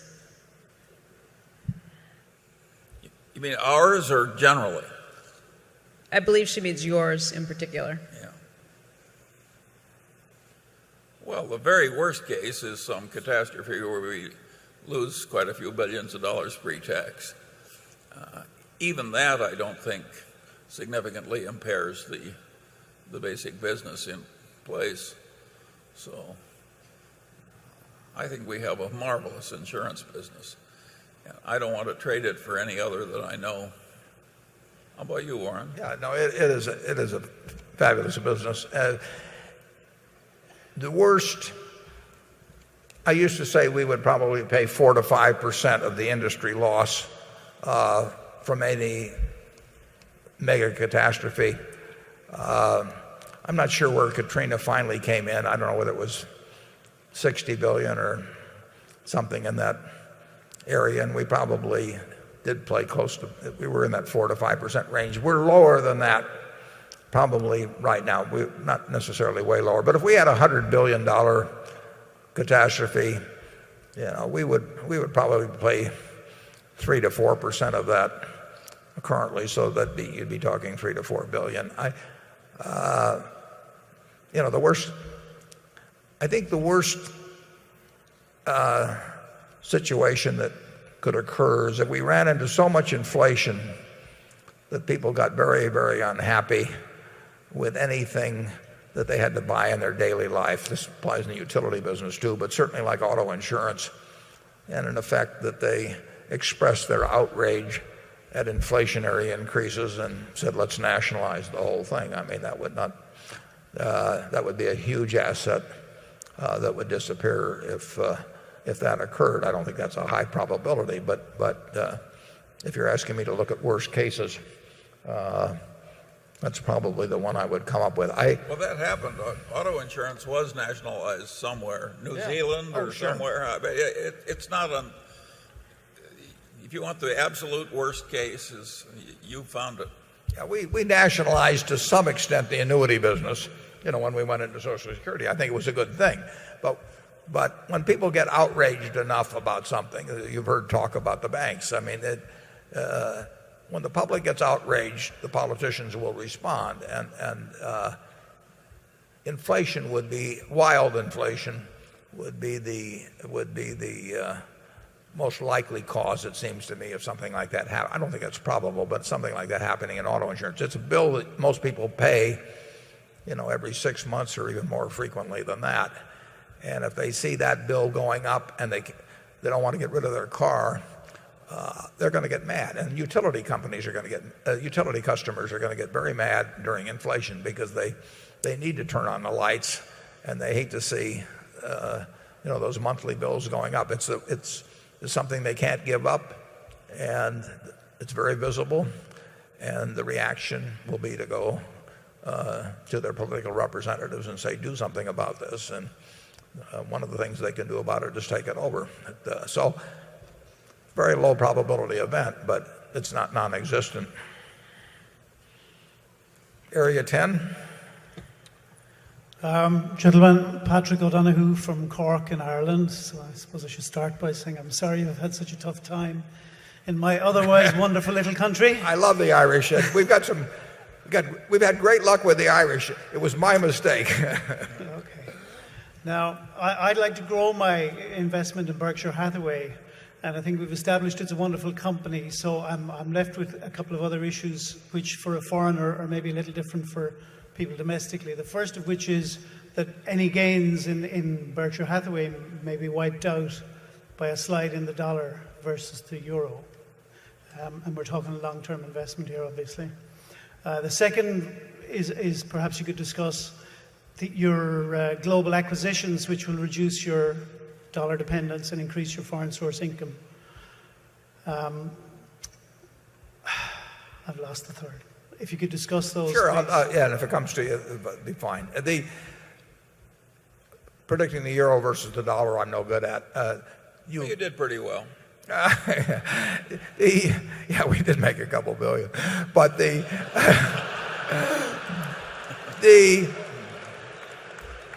you could if you wished. I'm not suggesting this at all, but euro dollar is an easy thing to hedge. I'm not recommending that. I'm just telling you that that is an option if you're worried about a major currency. It's hard to do with smaller country currencies, but when you're talking the euro dollar thing, you can keep hedging that if you want to. But like I say, that we don't normally do that sort of thing, and that could be a pain in the neck to you. I would say, in terms of Berkshire's earnings, we will just keep doing things that we think makes sense. Now, if we own over 8%, for example, of Coca-Cola. Coca-Cola, makes 80% or more of its money outside the United States. We own a lot of Procter and Gamble. They make a lot of their money outside of the United States. Or Kraft makes a lot of money out of the United States. So we have a lot of indirect sources of earnings, and then we have a lot of direct sources of earnings outside the United States. ISCAR makes most of its money. It makes money in the United States, but it makes a lot of money elsewhere. And we have other businesses like that. We do not have a predetermined or goal at all of developing X percentage of our earnings here or there or that place. We just keep, every day we go to work and we don't know whether the phone call will come from Israel or from Indiana in terms of a chance to invest some money. We want all of our subsidiaries to be looking at opportunities every place, and some of them will find them abroad and some of them won't. So we are not heading any place in terms of sources of earnings. There are a lot of countries we feel comfortable with, and we would be happy to put money into those countries, but we don't wake up in the morning saying that we would like to have more money in Germany or Spain or whatever, or that we would want to take money out of those countries. And Charlie, have any more? Yeah, people look at a modern liberal democracy, and it's very easy to conclude that it's messy and full of defects. And I think that's a correct view, but it's not at all clear to me that the messy defects that we have are worse than the messy defects of Europe. I am an agnostic about these things. I think there's plenty wrong and plenty right on both sides of the Atlantic. Okay, Andrew? So this question comes from 3 shareholders who happen to be employees of Berkshire portfolio companies. They've asked not to be named, and they asked the following question. They say, "We are concerned with both the financial condition of the company and the stability of our jobs. Could you discuss your attitude towards the use of layoffs as a means of responding to short-term downturns in company profits?" Yeah, these are investee companies or these are I imagine they are investee companies. Yeah. And they're shareholders and employees. Yeah, I wouldn't have a different attitude. I was just clarifying it. There's no question that business conditions can change such as to necessitate temporary or permanent layoffs. I mean, there's scales of businesses change. We're fortunate in a place like GEICO where our business is expanding, so we'll probably add at least, I would guess, 1,000 jobs net at a GEICO. But at the same time, we probably have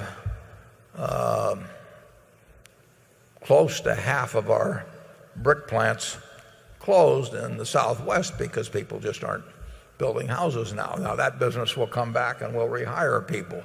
On the other hand, our textile business never came back, and we employ fewer people at the Buffalo News than we did a year ago, and we are not going to regain those or get back to previous levels. So there are some businesses that may permanently contract, and you have to face up to that in terms of layoffs. There's other businesses that have severe cyclical type contractions, and they are going to face significant layoffs.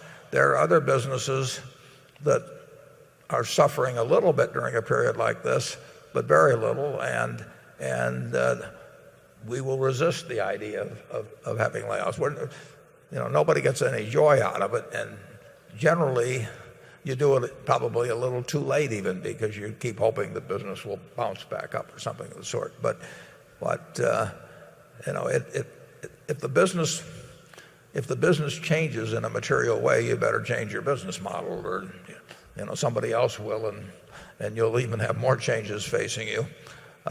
On balance, we hope we get into businesses that don't face those kind of problems. But certainly in our construction-related businesses, we've had layoffs at Shaw, we've had layoffs at Johns Manville, we've had layoffs at Benjamin Moore, we've had layoffs at Acme Brick, and there's really no alternative. I mean, and our competitors all have had also. And in the textile business, but we got into it in 1965. In the end, we laid off everybody. I mean, it had contracted enormously before we got there. We tried all kinds of things, and we finally gave up. Their capitalism, is creative destruction, and sometimes you're on the short end of that. This year, in terms of the businesses we have, our employment will probably be reduced.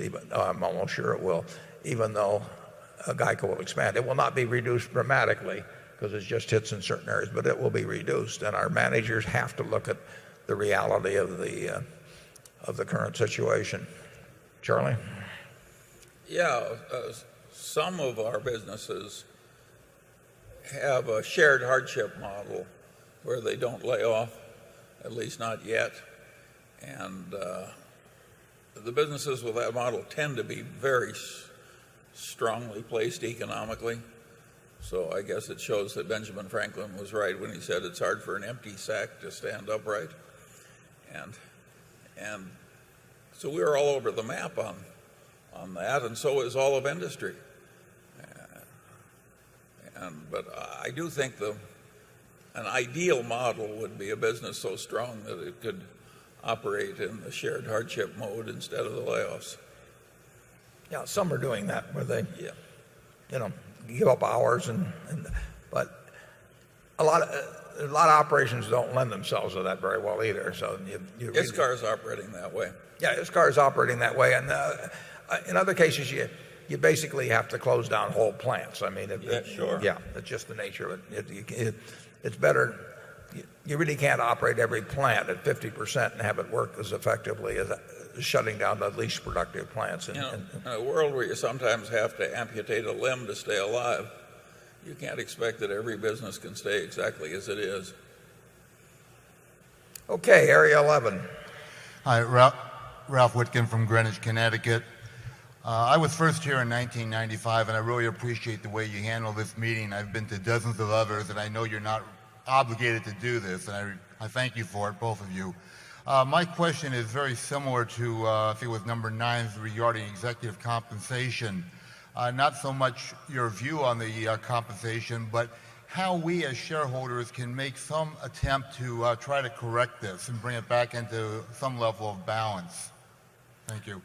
I had a senator call me just the other day, and his constituents obviously are enraged about executive comp.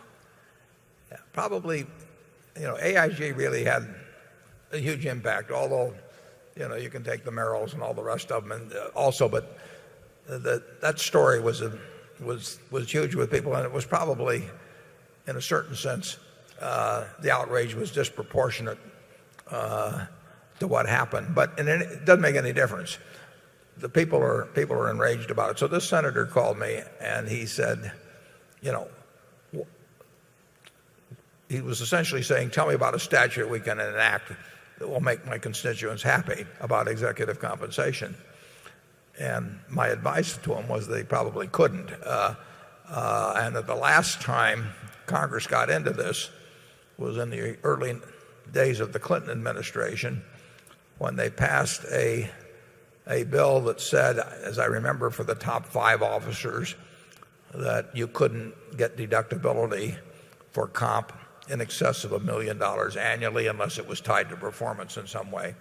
That was probably the most counterproductive piece of legislation that Congress has ever come up with, which is quite a statement to make in itself. The net result of that was that when the tax was imposed, of course, the stockholders paid it, and the officer didn't. So it penalized the shareholder, who was already getting penalized by the comp. It led to all kinds of arrangements that were designed to dance around this, which involved lots of lawyering and lots of consultants and lots of pages of proxy statements. The net effect, which was to ratchet up compensation very dramatically. Compensation increased far more, in my view, because that was put on the books than otherwise. So I suggested to them that the first thing they should do is probably repeal that and say we were wrong, and then figure out whether they should do something right. But that did not go over very well. So I would say that I've always proposed this. It never has gone anyplace, but that won't stop me from continuing to propose it. All you need in this country is the top half dozen or so investment managers who manage, we're talking hundreds of billions, trillions in some cases of assets. If they would just speak out on the most egregious cases, there's a lot of stuff about say on pay and everything, but half a dozen of them, they get lots of publicity. They wouldn't have to worry about getting their views out. The way they get big shots to change their behavior is to embarrass them, basically. And the press has great opportunities to do that. But they need the cooperation of the big investors. So if you've got 3 or 4 of the biggest investors, when the XYZ company comes out with some crazy plan, to step up and just say this is outrageous, it would change behavior. And the directors don't like to look foolish. They don't like the names in the paper looking foolish. And you would see some real changes. I think that the legislation for it is going to be, I just don't know how to write the stuff. I mean, you read the case recently at Chesapeake Energy, $75 million for kind of a re-signing bonus. And there were some other things involved too. You wonder what people are thinking. You know what the CEO is thinking.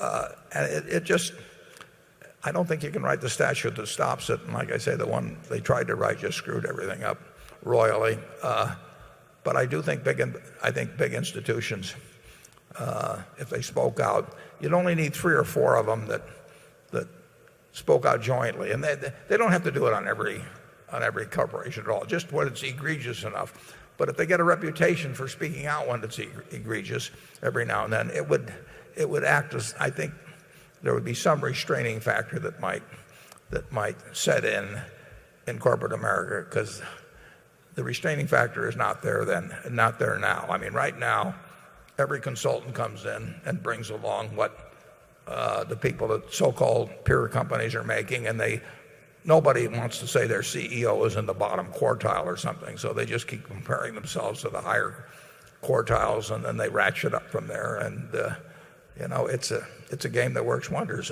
I call it the honor system. The shareholders have the honor and the executives have the system. Charlie? Yeah, well, I'm not too optimistic about fixing it from the big investor standpoint. The big investor groups contain many an investment manager making $20 million a year for insignificant contributions. He's like a man in a glass house that starts throwing stones. And the public pension funds are dominated in many cases by left-wing politicians and by labor unions who tend to have an agenda of their own that doesn't really relate to good management. So sometimes the cure is worse than the disease. Well, on that hopeful note, we'll move on to Carol. This is a question from Peter Polson, spelled P-O-U-L-S-O-N. He says, when you acquire companies, they come equipped with managers. And in general, Berkshire has done a great job putting the right leaders in the right roles. But occasionally you have to hire someone for an executive spot. Please describe an interview that you might have with a prospective Berkshire operating executive. What do you look for? How do you evaluate a person's potential to become a great manager? Well, usually we hire people that have already proven they're great managers. I mean, when we buy a business, a very high percentage of the time the management comes with it. When we buy an ISCAR, we get the group that's been knocking the ball out of the park for years and years and years. And the real question we have to ask ourselves is, will they be with us in the future? Will they be feeling the same way the day after the deal as they did the day before the deal? And we've made occasional mistakes on that, but overall that does come through. So we've had good luck with managers, not perfect. And the toughest part is, since we have no retirement age, is when managers lose the abilities that they had at an earlier age. And that it doesn't relate to, there's no yardstick you can use up and down the line for that. So it's people age, at least in business ability, they age in very different ways and at different paces.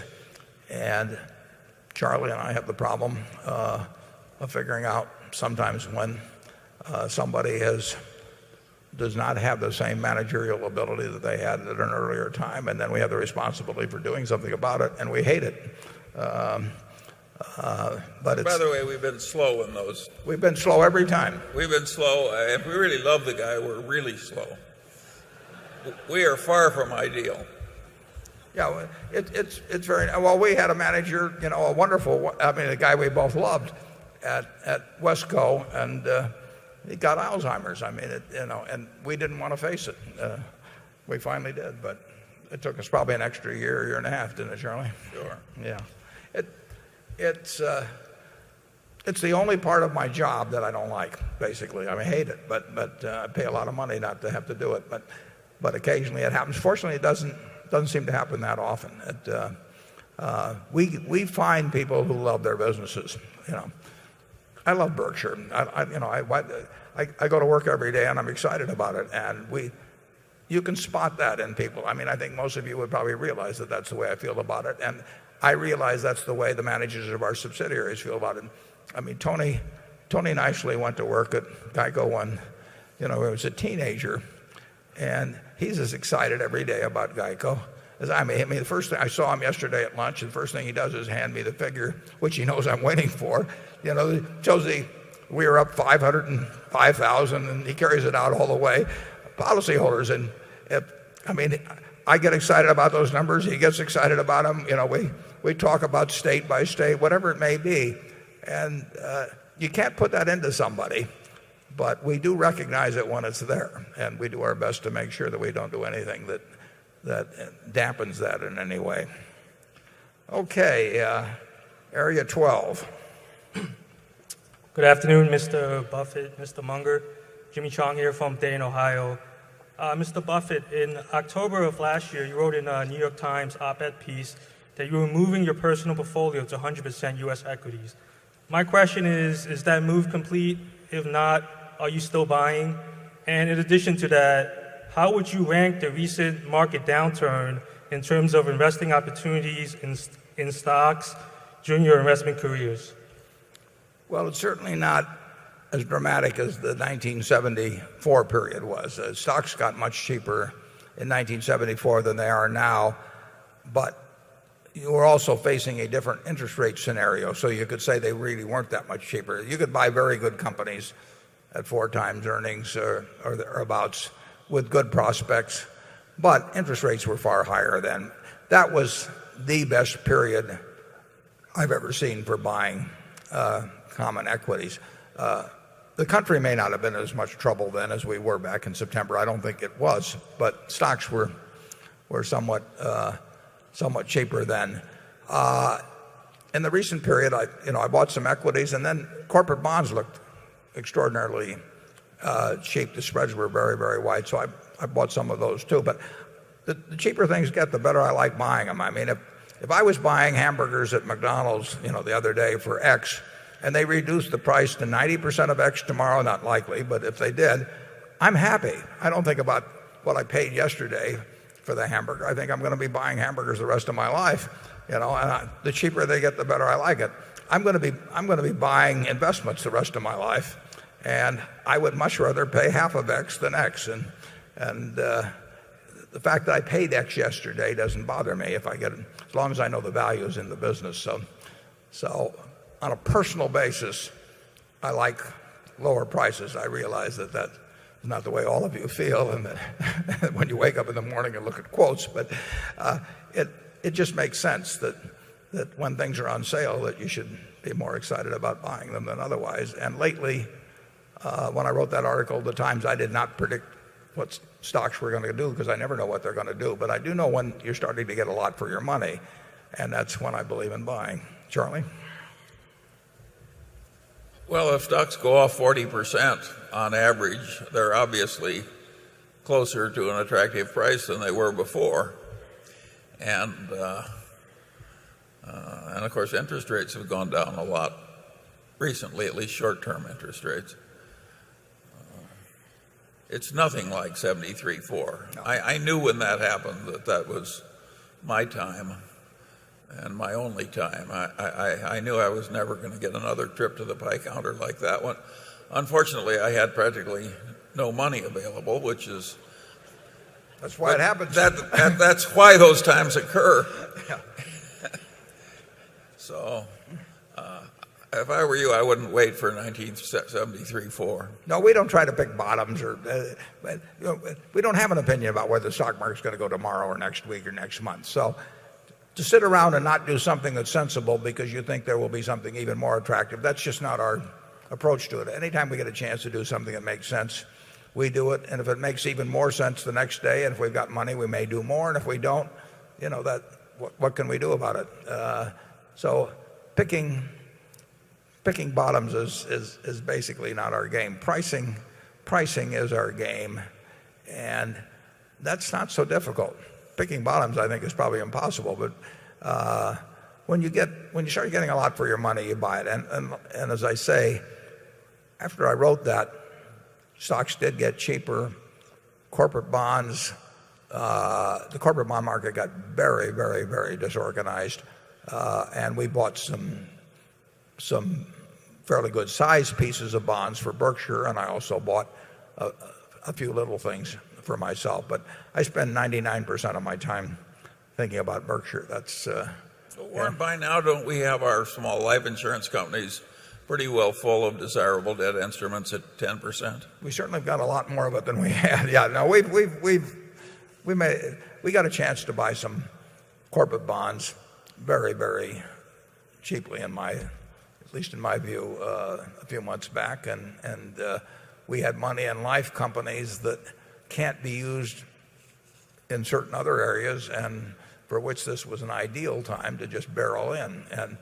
And anytime we like to do something, we really like to do it. I mean, our idea is not to tiptoe into anything, so we buy them as fast as we can when prices are right. Yeah, that bond thing didn't last very long, no. But there were perfectly safe bonds that yielded 9% or more with very fancy call protection. Yep. And some of those bonds are up 20-25%. Yep. So the opportunities are frequently under shell A when you're looking at shell B. Yeah, we try to look at all the shells. Yeah, we look at all the shells. Right? Yeah. Becky? This question is from Jim Mitchell from Costa Mesa, California, who wants to know from both of you. He says, years ago you taught us to beware of capital-intensive businesses like electric utilities that may be overstating profits due to understating depreciation. Now that you are investing in utilities and gas pipelines, have you discovered the secret of long life for power plants, or do we need to discount your utility earnings? Well, the utility earnings pretty much come about through a return on equity capital allowed by the jurisdictions in which you operate. So, for example, if something like pension costs or something of the sort you get surprises on, you do get to earn that back over time, but you don't get any bonanzas either. So I would say the capital intensive businesses that scare me more are the ones outside of the utility field, where you just pump in more money without knowing that you're going in a general way to get more or less within a range anyway, a guaranteed return. So I do not have. There's no way we get rich on our utility investments, but there's no way we get poor either, and we get decent rates of return on the equity that we leave in it, and we'll probably get those returns with or without inflation. Now, inflation may diminish the value of getting an 11 or 12% return on equity if you get into very high rates of inflation. So in that sense, I'd agree with Jim, who I know incidentally. He used to work with my daughter out there at Century 21.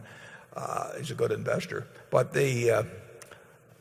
on balance, if you can find a good business that's not capital intensive, you're going to be better off than in a capital intensive business over time. I mean, the world, they're hard to find, but the best businesses are the ones that don't require much capital and nevertheless make good money. They've got some moat protecting them other than the capital required as entry in the business that's protecting them. And if you can find those that are durable, you've got a great investment and one that will do the best in inflation, which, as we mentioned earlier, seems fairly likely to come along. Charlie? Yeah, unfortunately, a lot of moats have been filling up with sand lately. The daily newspaper, the network television station, all these castles with their lovely moats. The moats are filling up. Well, on that cheery note, we have time for just one more question. And Mark Hamburg, I believe you said there was somebody who wanted to finish this off. More. Mark, where are you? Right here, Warren. Okay, I still can't see you, but I can. It's hear right you. up in front. Right up in front. Okay, good. I see you now. Hi, Warren. It's Alex from Boston. I just wondered if you could give us some advice on how we could improve the economy as we leave. What was your name? Alex from Boston. Well, the obvious thing to do is to do what our government tells us to do, which is to go out and spend. And as I mentioned, household formations are important to developing, to getting past this overbuild in residential construction. So I don't know whether that gives you any ideas or not, but I think so. Mimi, you're my best friend. Would you be my wife?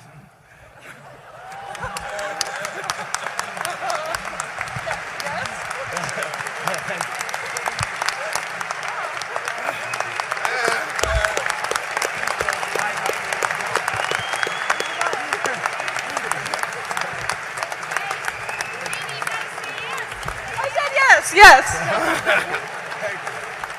I have just two Thanks, Warren. Okay, I have two comments to make. Alex is my sister Doris's grandson, my great nephew, and Mimi is terrific. So on that note, we'll end the meeting, and we'll be back in 15 minutes for the board meeting. Thank you.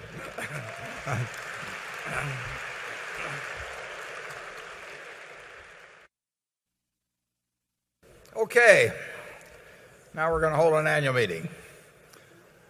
The meeting will now come to order. I'm Warren Buffett, Chairman of the Board of Directors of the company. I welcome you to this 2009 annual meeting of shareholders. I will first introduce the Berkshire directors that are present in addition to myself. We've got Charles Munger, got Howard Buffett, Susan Decker, Bill Gates, David Gottesman, Charlotte Guyman, Don Keogh, Tom Murphy, Ron Olson, and Walter Scott. Also with us today are partners in the firm of Deloitte & Touche, our auditors. They are available to respond to appropriate questions you might have concerning the firm's audit of the accounts of Berkshire. Mr. Forrest Cutter is Secretary of Berkshire. He will make a written record of the proceedings. Ms. Becky Amick has been appointed Inspector of Elections at this meeting. She will certify to the count of votes cast in the election for directors. The named proxy holders for this meeting are Walter Scott and Mark Hamburg. Does the Secretary have a report of the number of Berkshire shares outstanding entitled to vote and represented at the meeting? Yes, I do.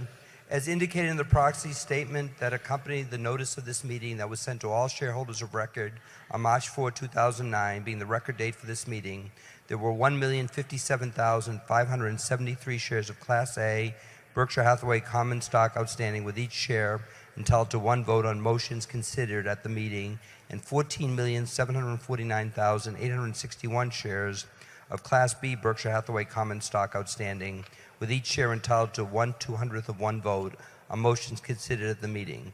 Of that number, 821,400 Class A shares and 10,298,152 Class B shares are represented at this meeting through proxies returned through Thursday evening, April 30th. Thank you.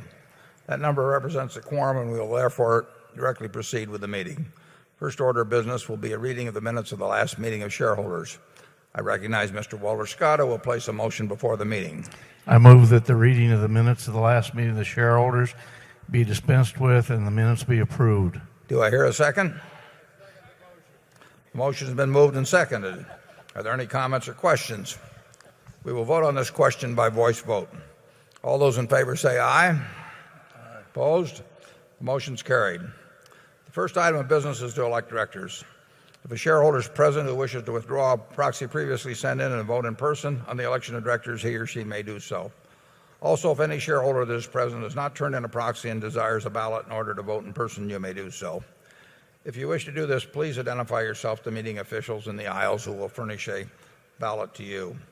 With those persons desiring ballots, please identify themselves so that we may distribute them. I now recognize Mr. Walter Scott to place a motion before the meeting with respect to election of directors. I move that Warren Buffett, Charles Munger, Howard Buffett, Susan Decker, William Gates, David Gottman, Charlotte Guyman, Donald Keogh, Tom Murphy, Ron Olson, and Walter Scott be elected as directors. Is there a second? It's been moved and seconded that Warren Buffett, Charles Munger, Howard Buffett, Susan Decker, William Gates, David Gottesman, Charlotte Guyman, Donald Keogh, Thomas Murphy, Ronald Olson, and Walter Scott be elected as directors. Are there any other nominations? Is there any discussion?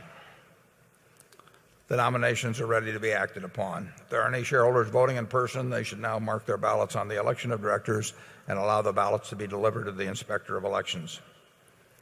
Ms. Amick, when you are ready, you may give your report. The ballot of the proxy holders in response to proxies that were received through last Thursday evening cast not less than 859,366 votes for each nominee. That number far exceeds a majority of the number of the total votes related to all Class A and Class B shares outstanding. The certification required by Delaware law of the precise count of the votes, including the additional votes to be cast by the proxy holders in response to proxies delivered at this meeting, as well as any cast in person at this meeting, will be given to the Secretary to be placed with the minutes of this meeting. Thank you, Ms. Amick. Warren Buffett, Charles Munger, Howard Buffett, Susan Decker, William Gates, David Gottesman, Charlotte Guyman, Donald Keogh, Thomas Murphy, Ronald Olson, and Walter Scott have been elected as directors. The next item of business is a motion put forth by Berkshire shareholder Joseph Petrovsky. Mr. Petrovsky's motion is set forth in the proxy statement and would request Berkshire Hathaway to prepare a sustainability report for shareholders. The directors have recommended that the shareholders vote against the proposal. We will now recognize, I believe it's Mr. Billings, Mr. Petrovsky's representative, to present the motion.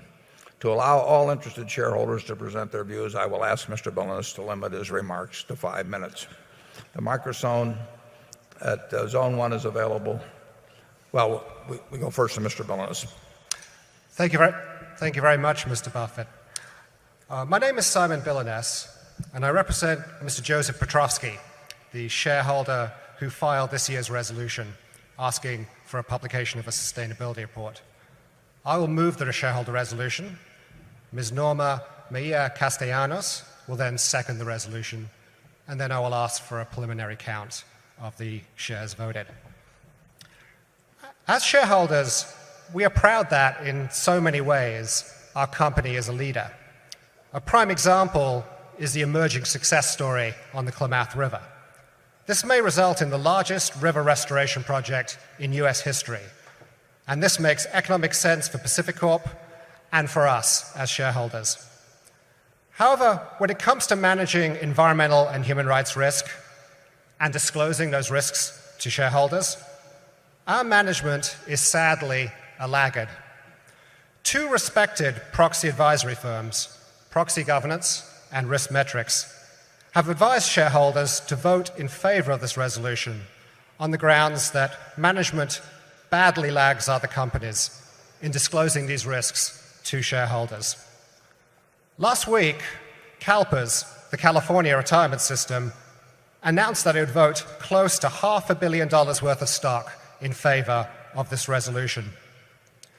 Consider the situation today with Russell, the subsidiary of Fruit of the Loom and a Berkshire Hathaway company. Collegiate licensed apparel, sweatshirts bearing university logos, for instance, is a $5 billion a year market.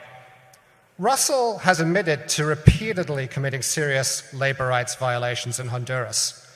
And now over 50 universities, including Harvard, Stanford, and the entire University of California system, have decided to terminate Russell's license to make clothing bearing their college logos.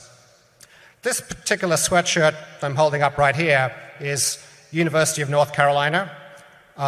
This was made in a Berkshire Hathaway factory, but the university has since ended their licensing agreement.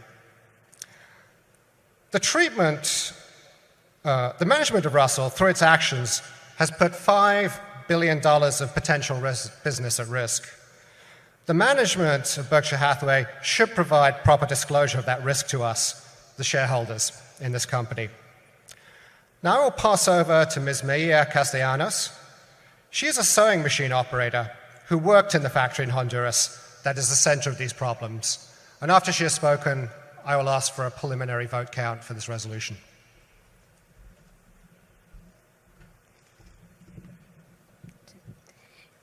Yo trabajo como operadora de una maquila de costura en la fábrica Jerseys, Honduras. I used to work as a sewing machine operator at the factory, Jerseys de Honduras. En 2006, cuando Fruit de Loom compró la empresa, las condiciones empeoraron. In 2006, when Fruit of the Loom bought my factory, conditions got much worse. La empresa empezó a hacer acumulación de personal, esto para ahorrarse más y no pagar renta. Fruit of the Loom began to consolidate personnel in order to save more on rent. Esto ocasionó mucho malestar de salud en los trabajadores, como ser dolor en la espalda a causa de la maquinaria de estar muy cerca, y esto provoca un recalentamiento.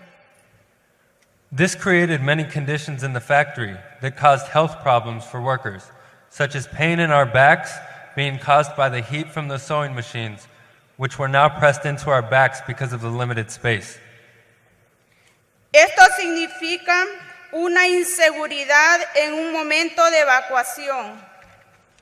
The close proximity also made it very dangerous in the case of an emergency evacuation.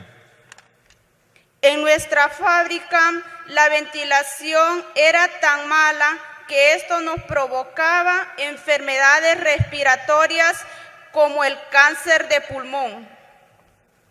In part because of the overcrowding as well, the ventilation was so poor that it caused many respiratory illnesses, including lung cancer. El agua de los filtros era contaminada. Even the filtered water was dirty. Trabajábamos desde las 6:30 de la mañana hasta las 5:30 de la noche con tan solo 15 minutos para almorzar. We worked from 6:30 in the morning until 5:30 at night, with only 15 minutes for lunch.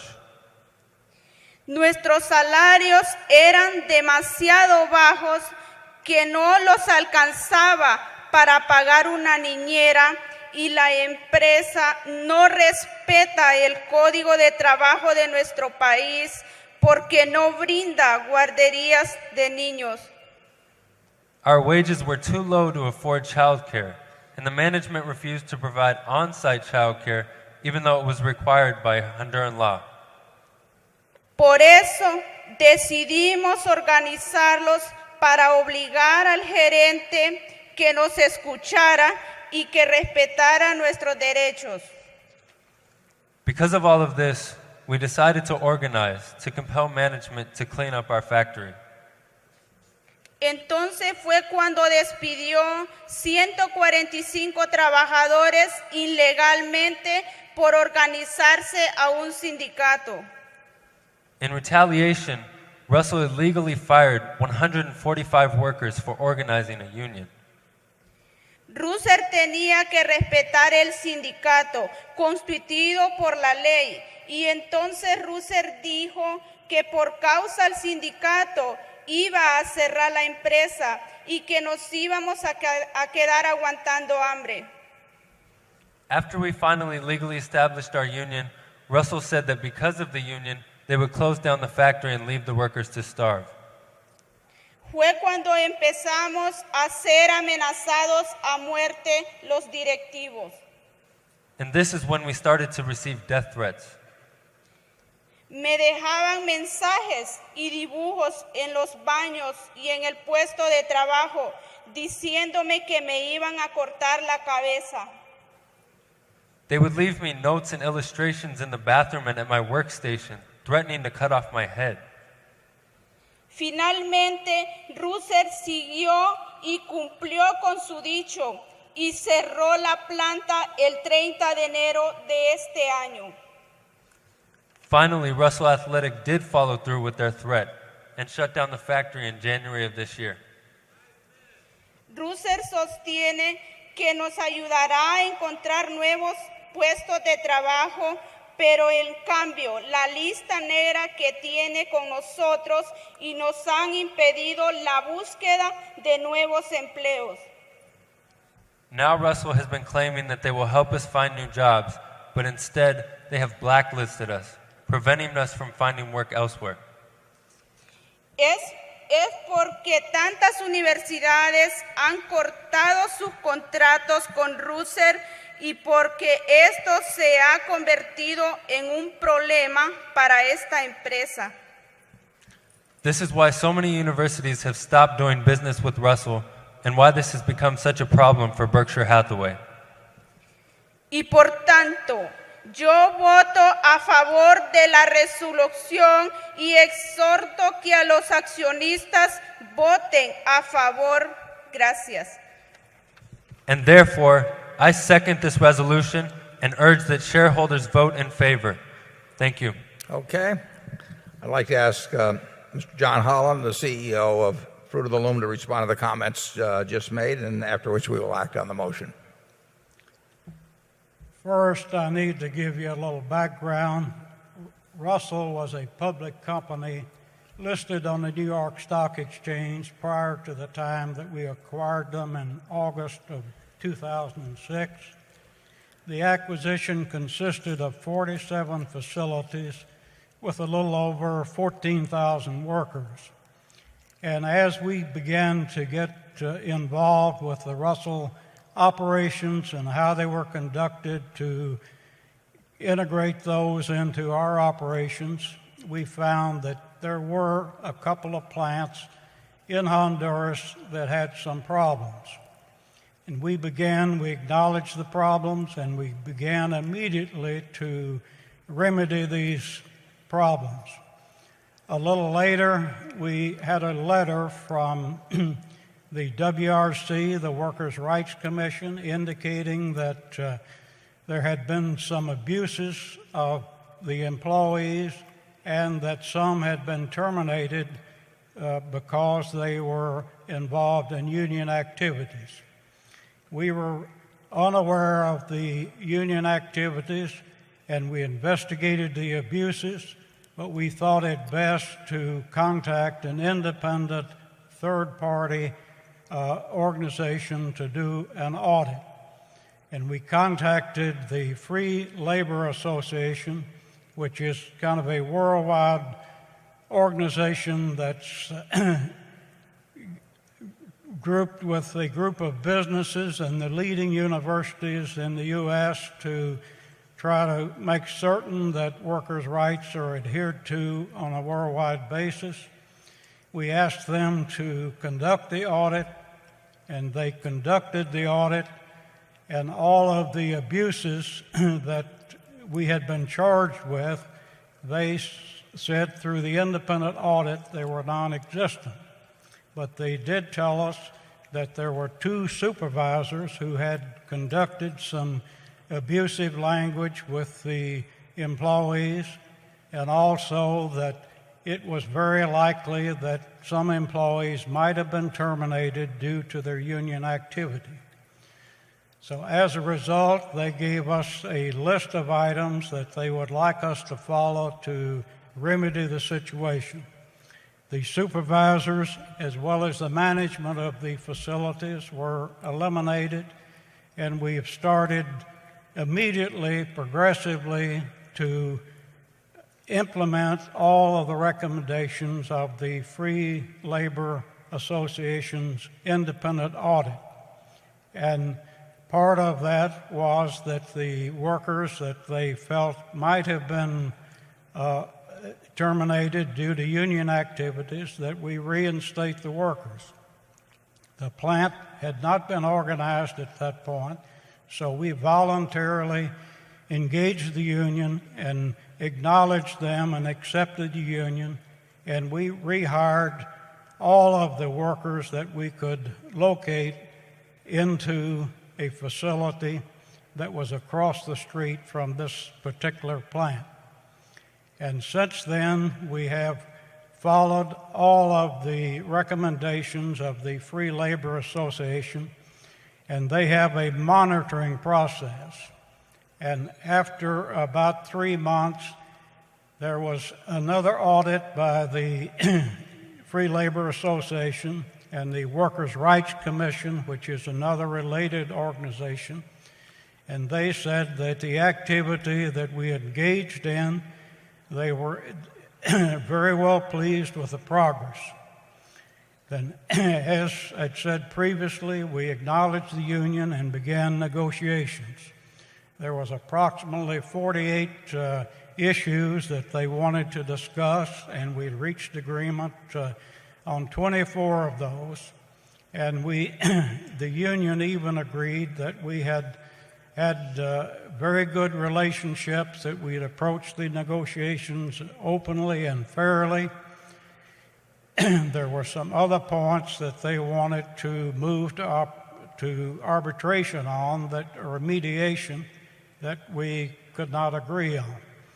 And by that time, the time had passed till we reached the mid-year of 2008, when the recession in the apparel industry dramatically affected our particular business. And over the course of the next few months, we had to close 9 of our facilities. One of those was the Jersey's de Honduras plant that they have referred to. And there was a total of 12,780 employees involved in the plant closures. And out of that group, about 310 people, which has been acknowledged by the union, that were union employees, because in Honduras, under the laws there, only 30 people are required to form a union and be acknowledged as a union. And up until that time, there had been no indications of any issues that have been brought up by the union that were not solved. Now, beyond that, I would like to tell you a little about how we conduct business worldwide in our plants. We have been in Honduras since 1993. All of our plants are air-conditioned, excellent ventilation in all of those facilities. our wages in those plants are 26% on the average above the minimums in Honduras. We offer 11 paid holidays. We have paid vacations. We have free life insurance. We have a doctor and nurse in each one of those facilities. And the reference to the filtered water, when we acquired that plant, that particular plant had its own filtration systems, which was different from all of our other plants, which we use bottled water. We immediately had that water tested. Although there was some discoloration, it was tested as pure, but we immediately shut down the filtration system and went to bottled water that we have in the other plants. Now, we have paid maternity leaves. We have a breastfeeding hour. We celebrate the employee birthdays. In fact, and also that we have a Children's Day, and that, I think our benefits, I'm proud to tell you, I think are far and above any that you'll find in most other apparel facilities throughout the world. And there have been no death threats. We have tried to conduct our business with honesty, integrity, and quite frankly, I've been with this company. I'm in my 48th year, and I would tell you that I'm very proud of how we operate our particular plants. We have met with a number of the leading universities to try to tell the other side of the story. We've invited those presidents of the universities and the administration to come to see for themselves what our plant facilities are like, and we've had 2 acceptances that were down this past week, the representatives from Princeton and also from the University of Arizona, and we welcome putting all of this into an open spotlight. We also have a website that's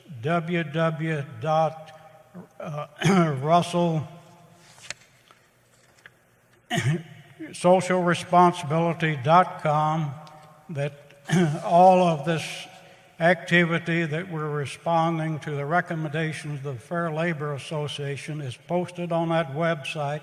It's there for the world to see. And we continue.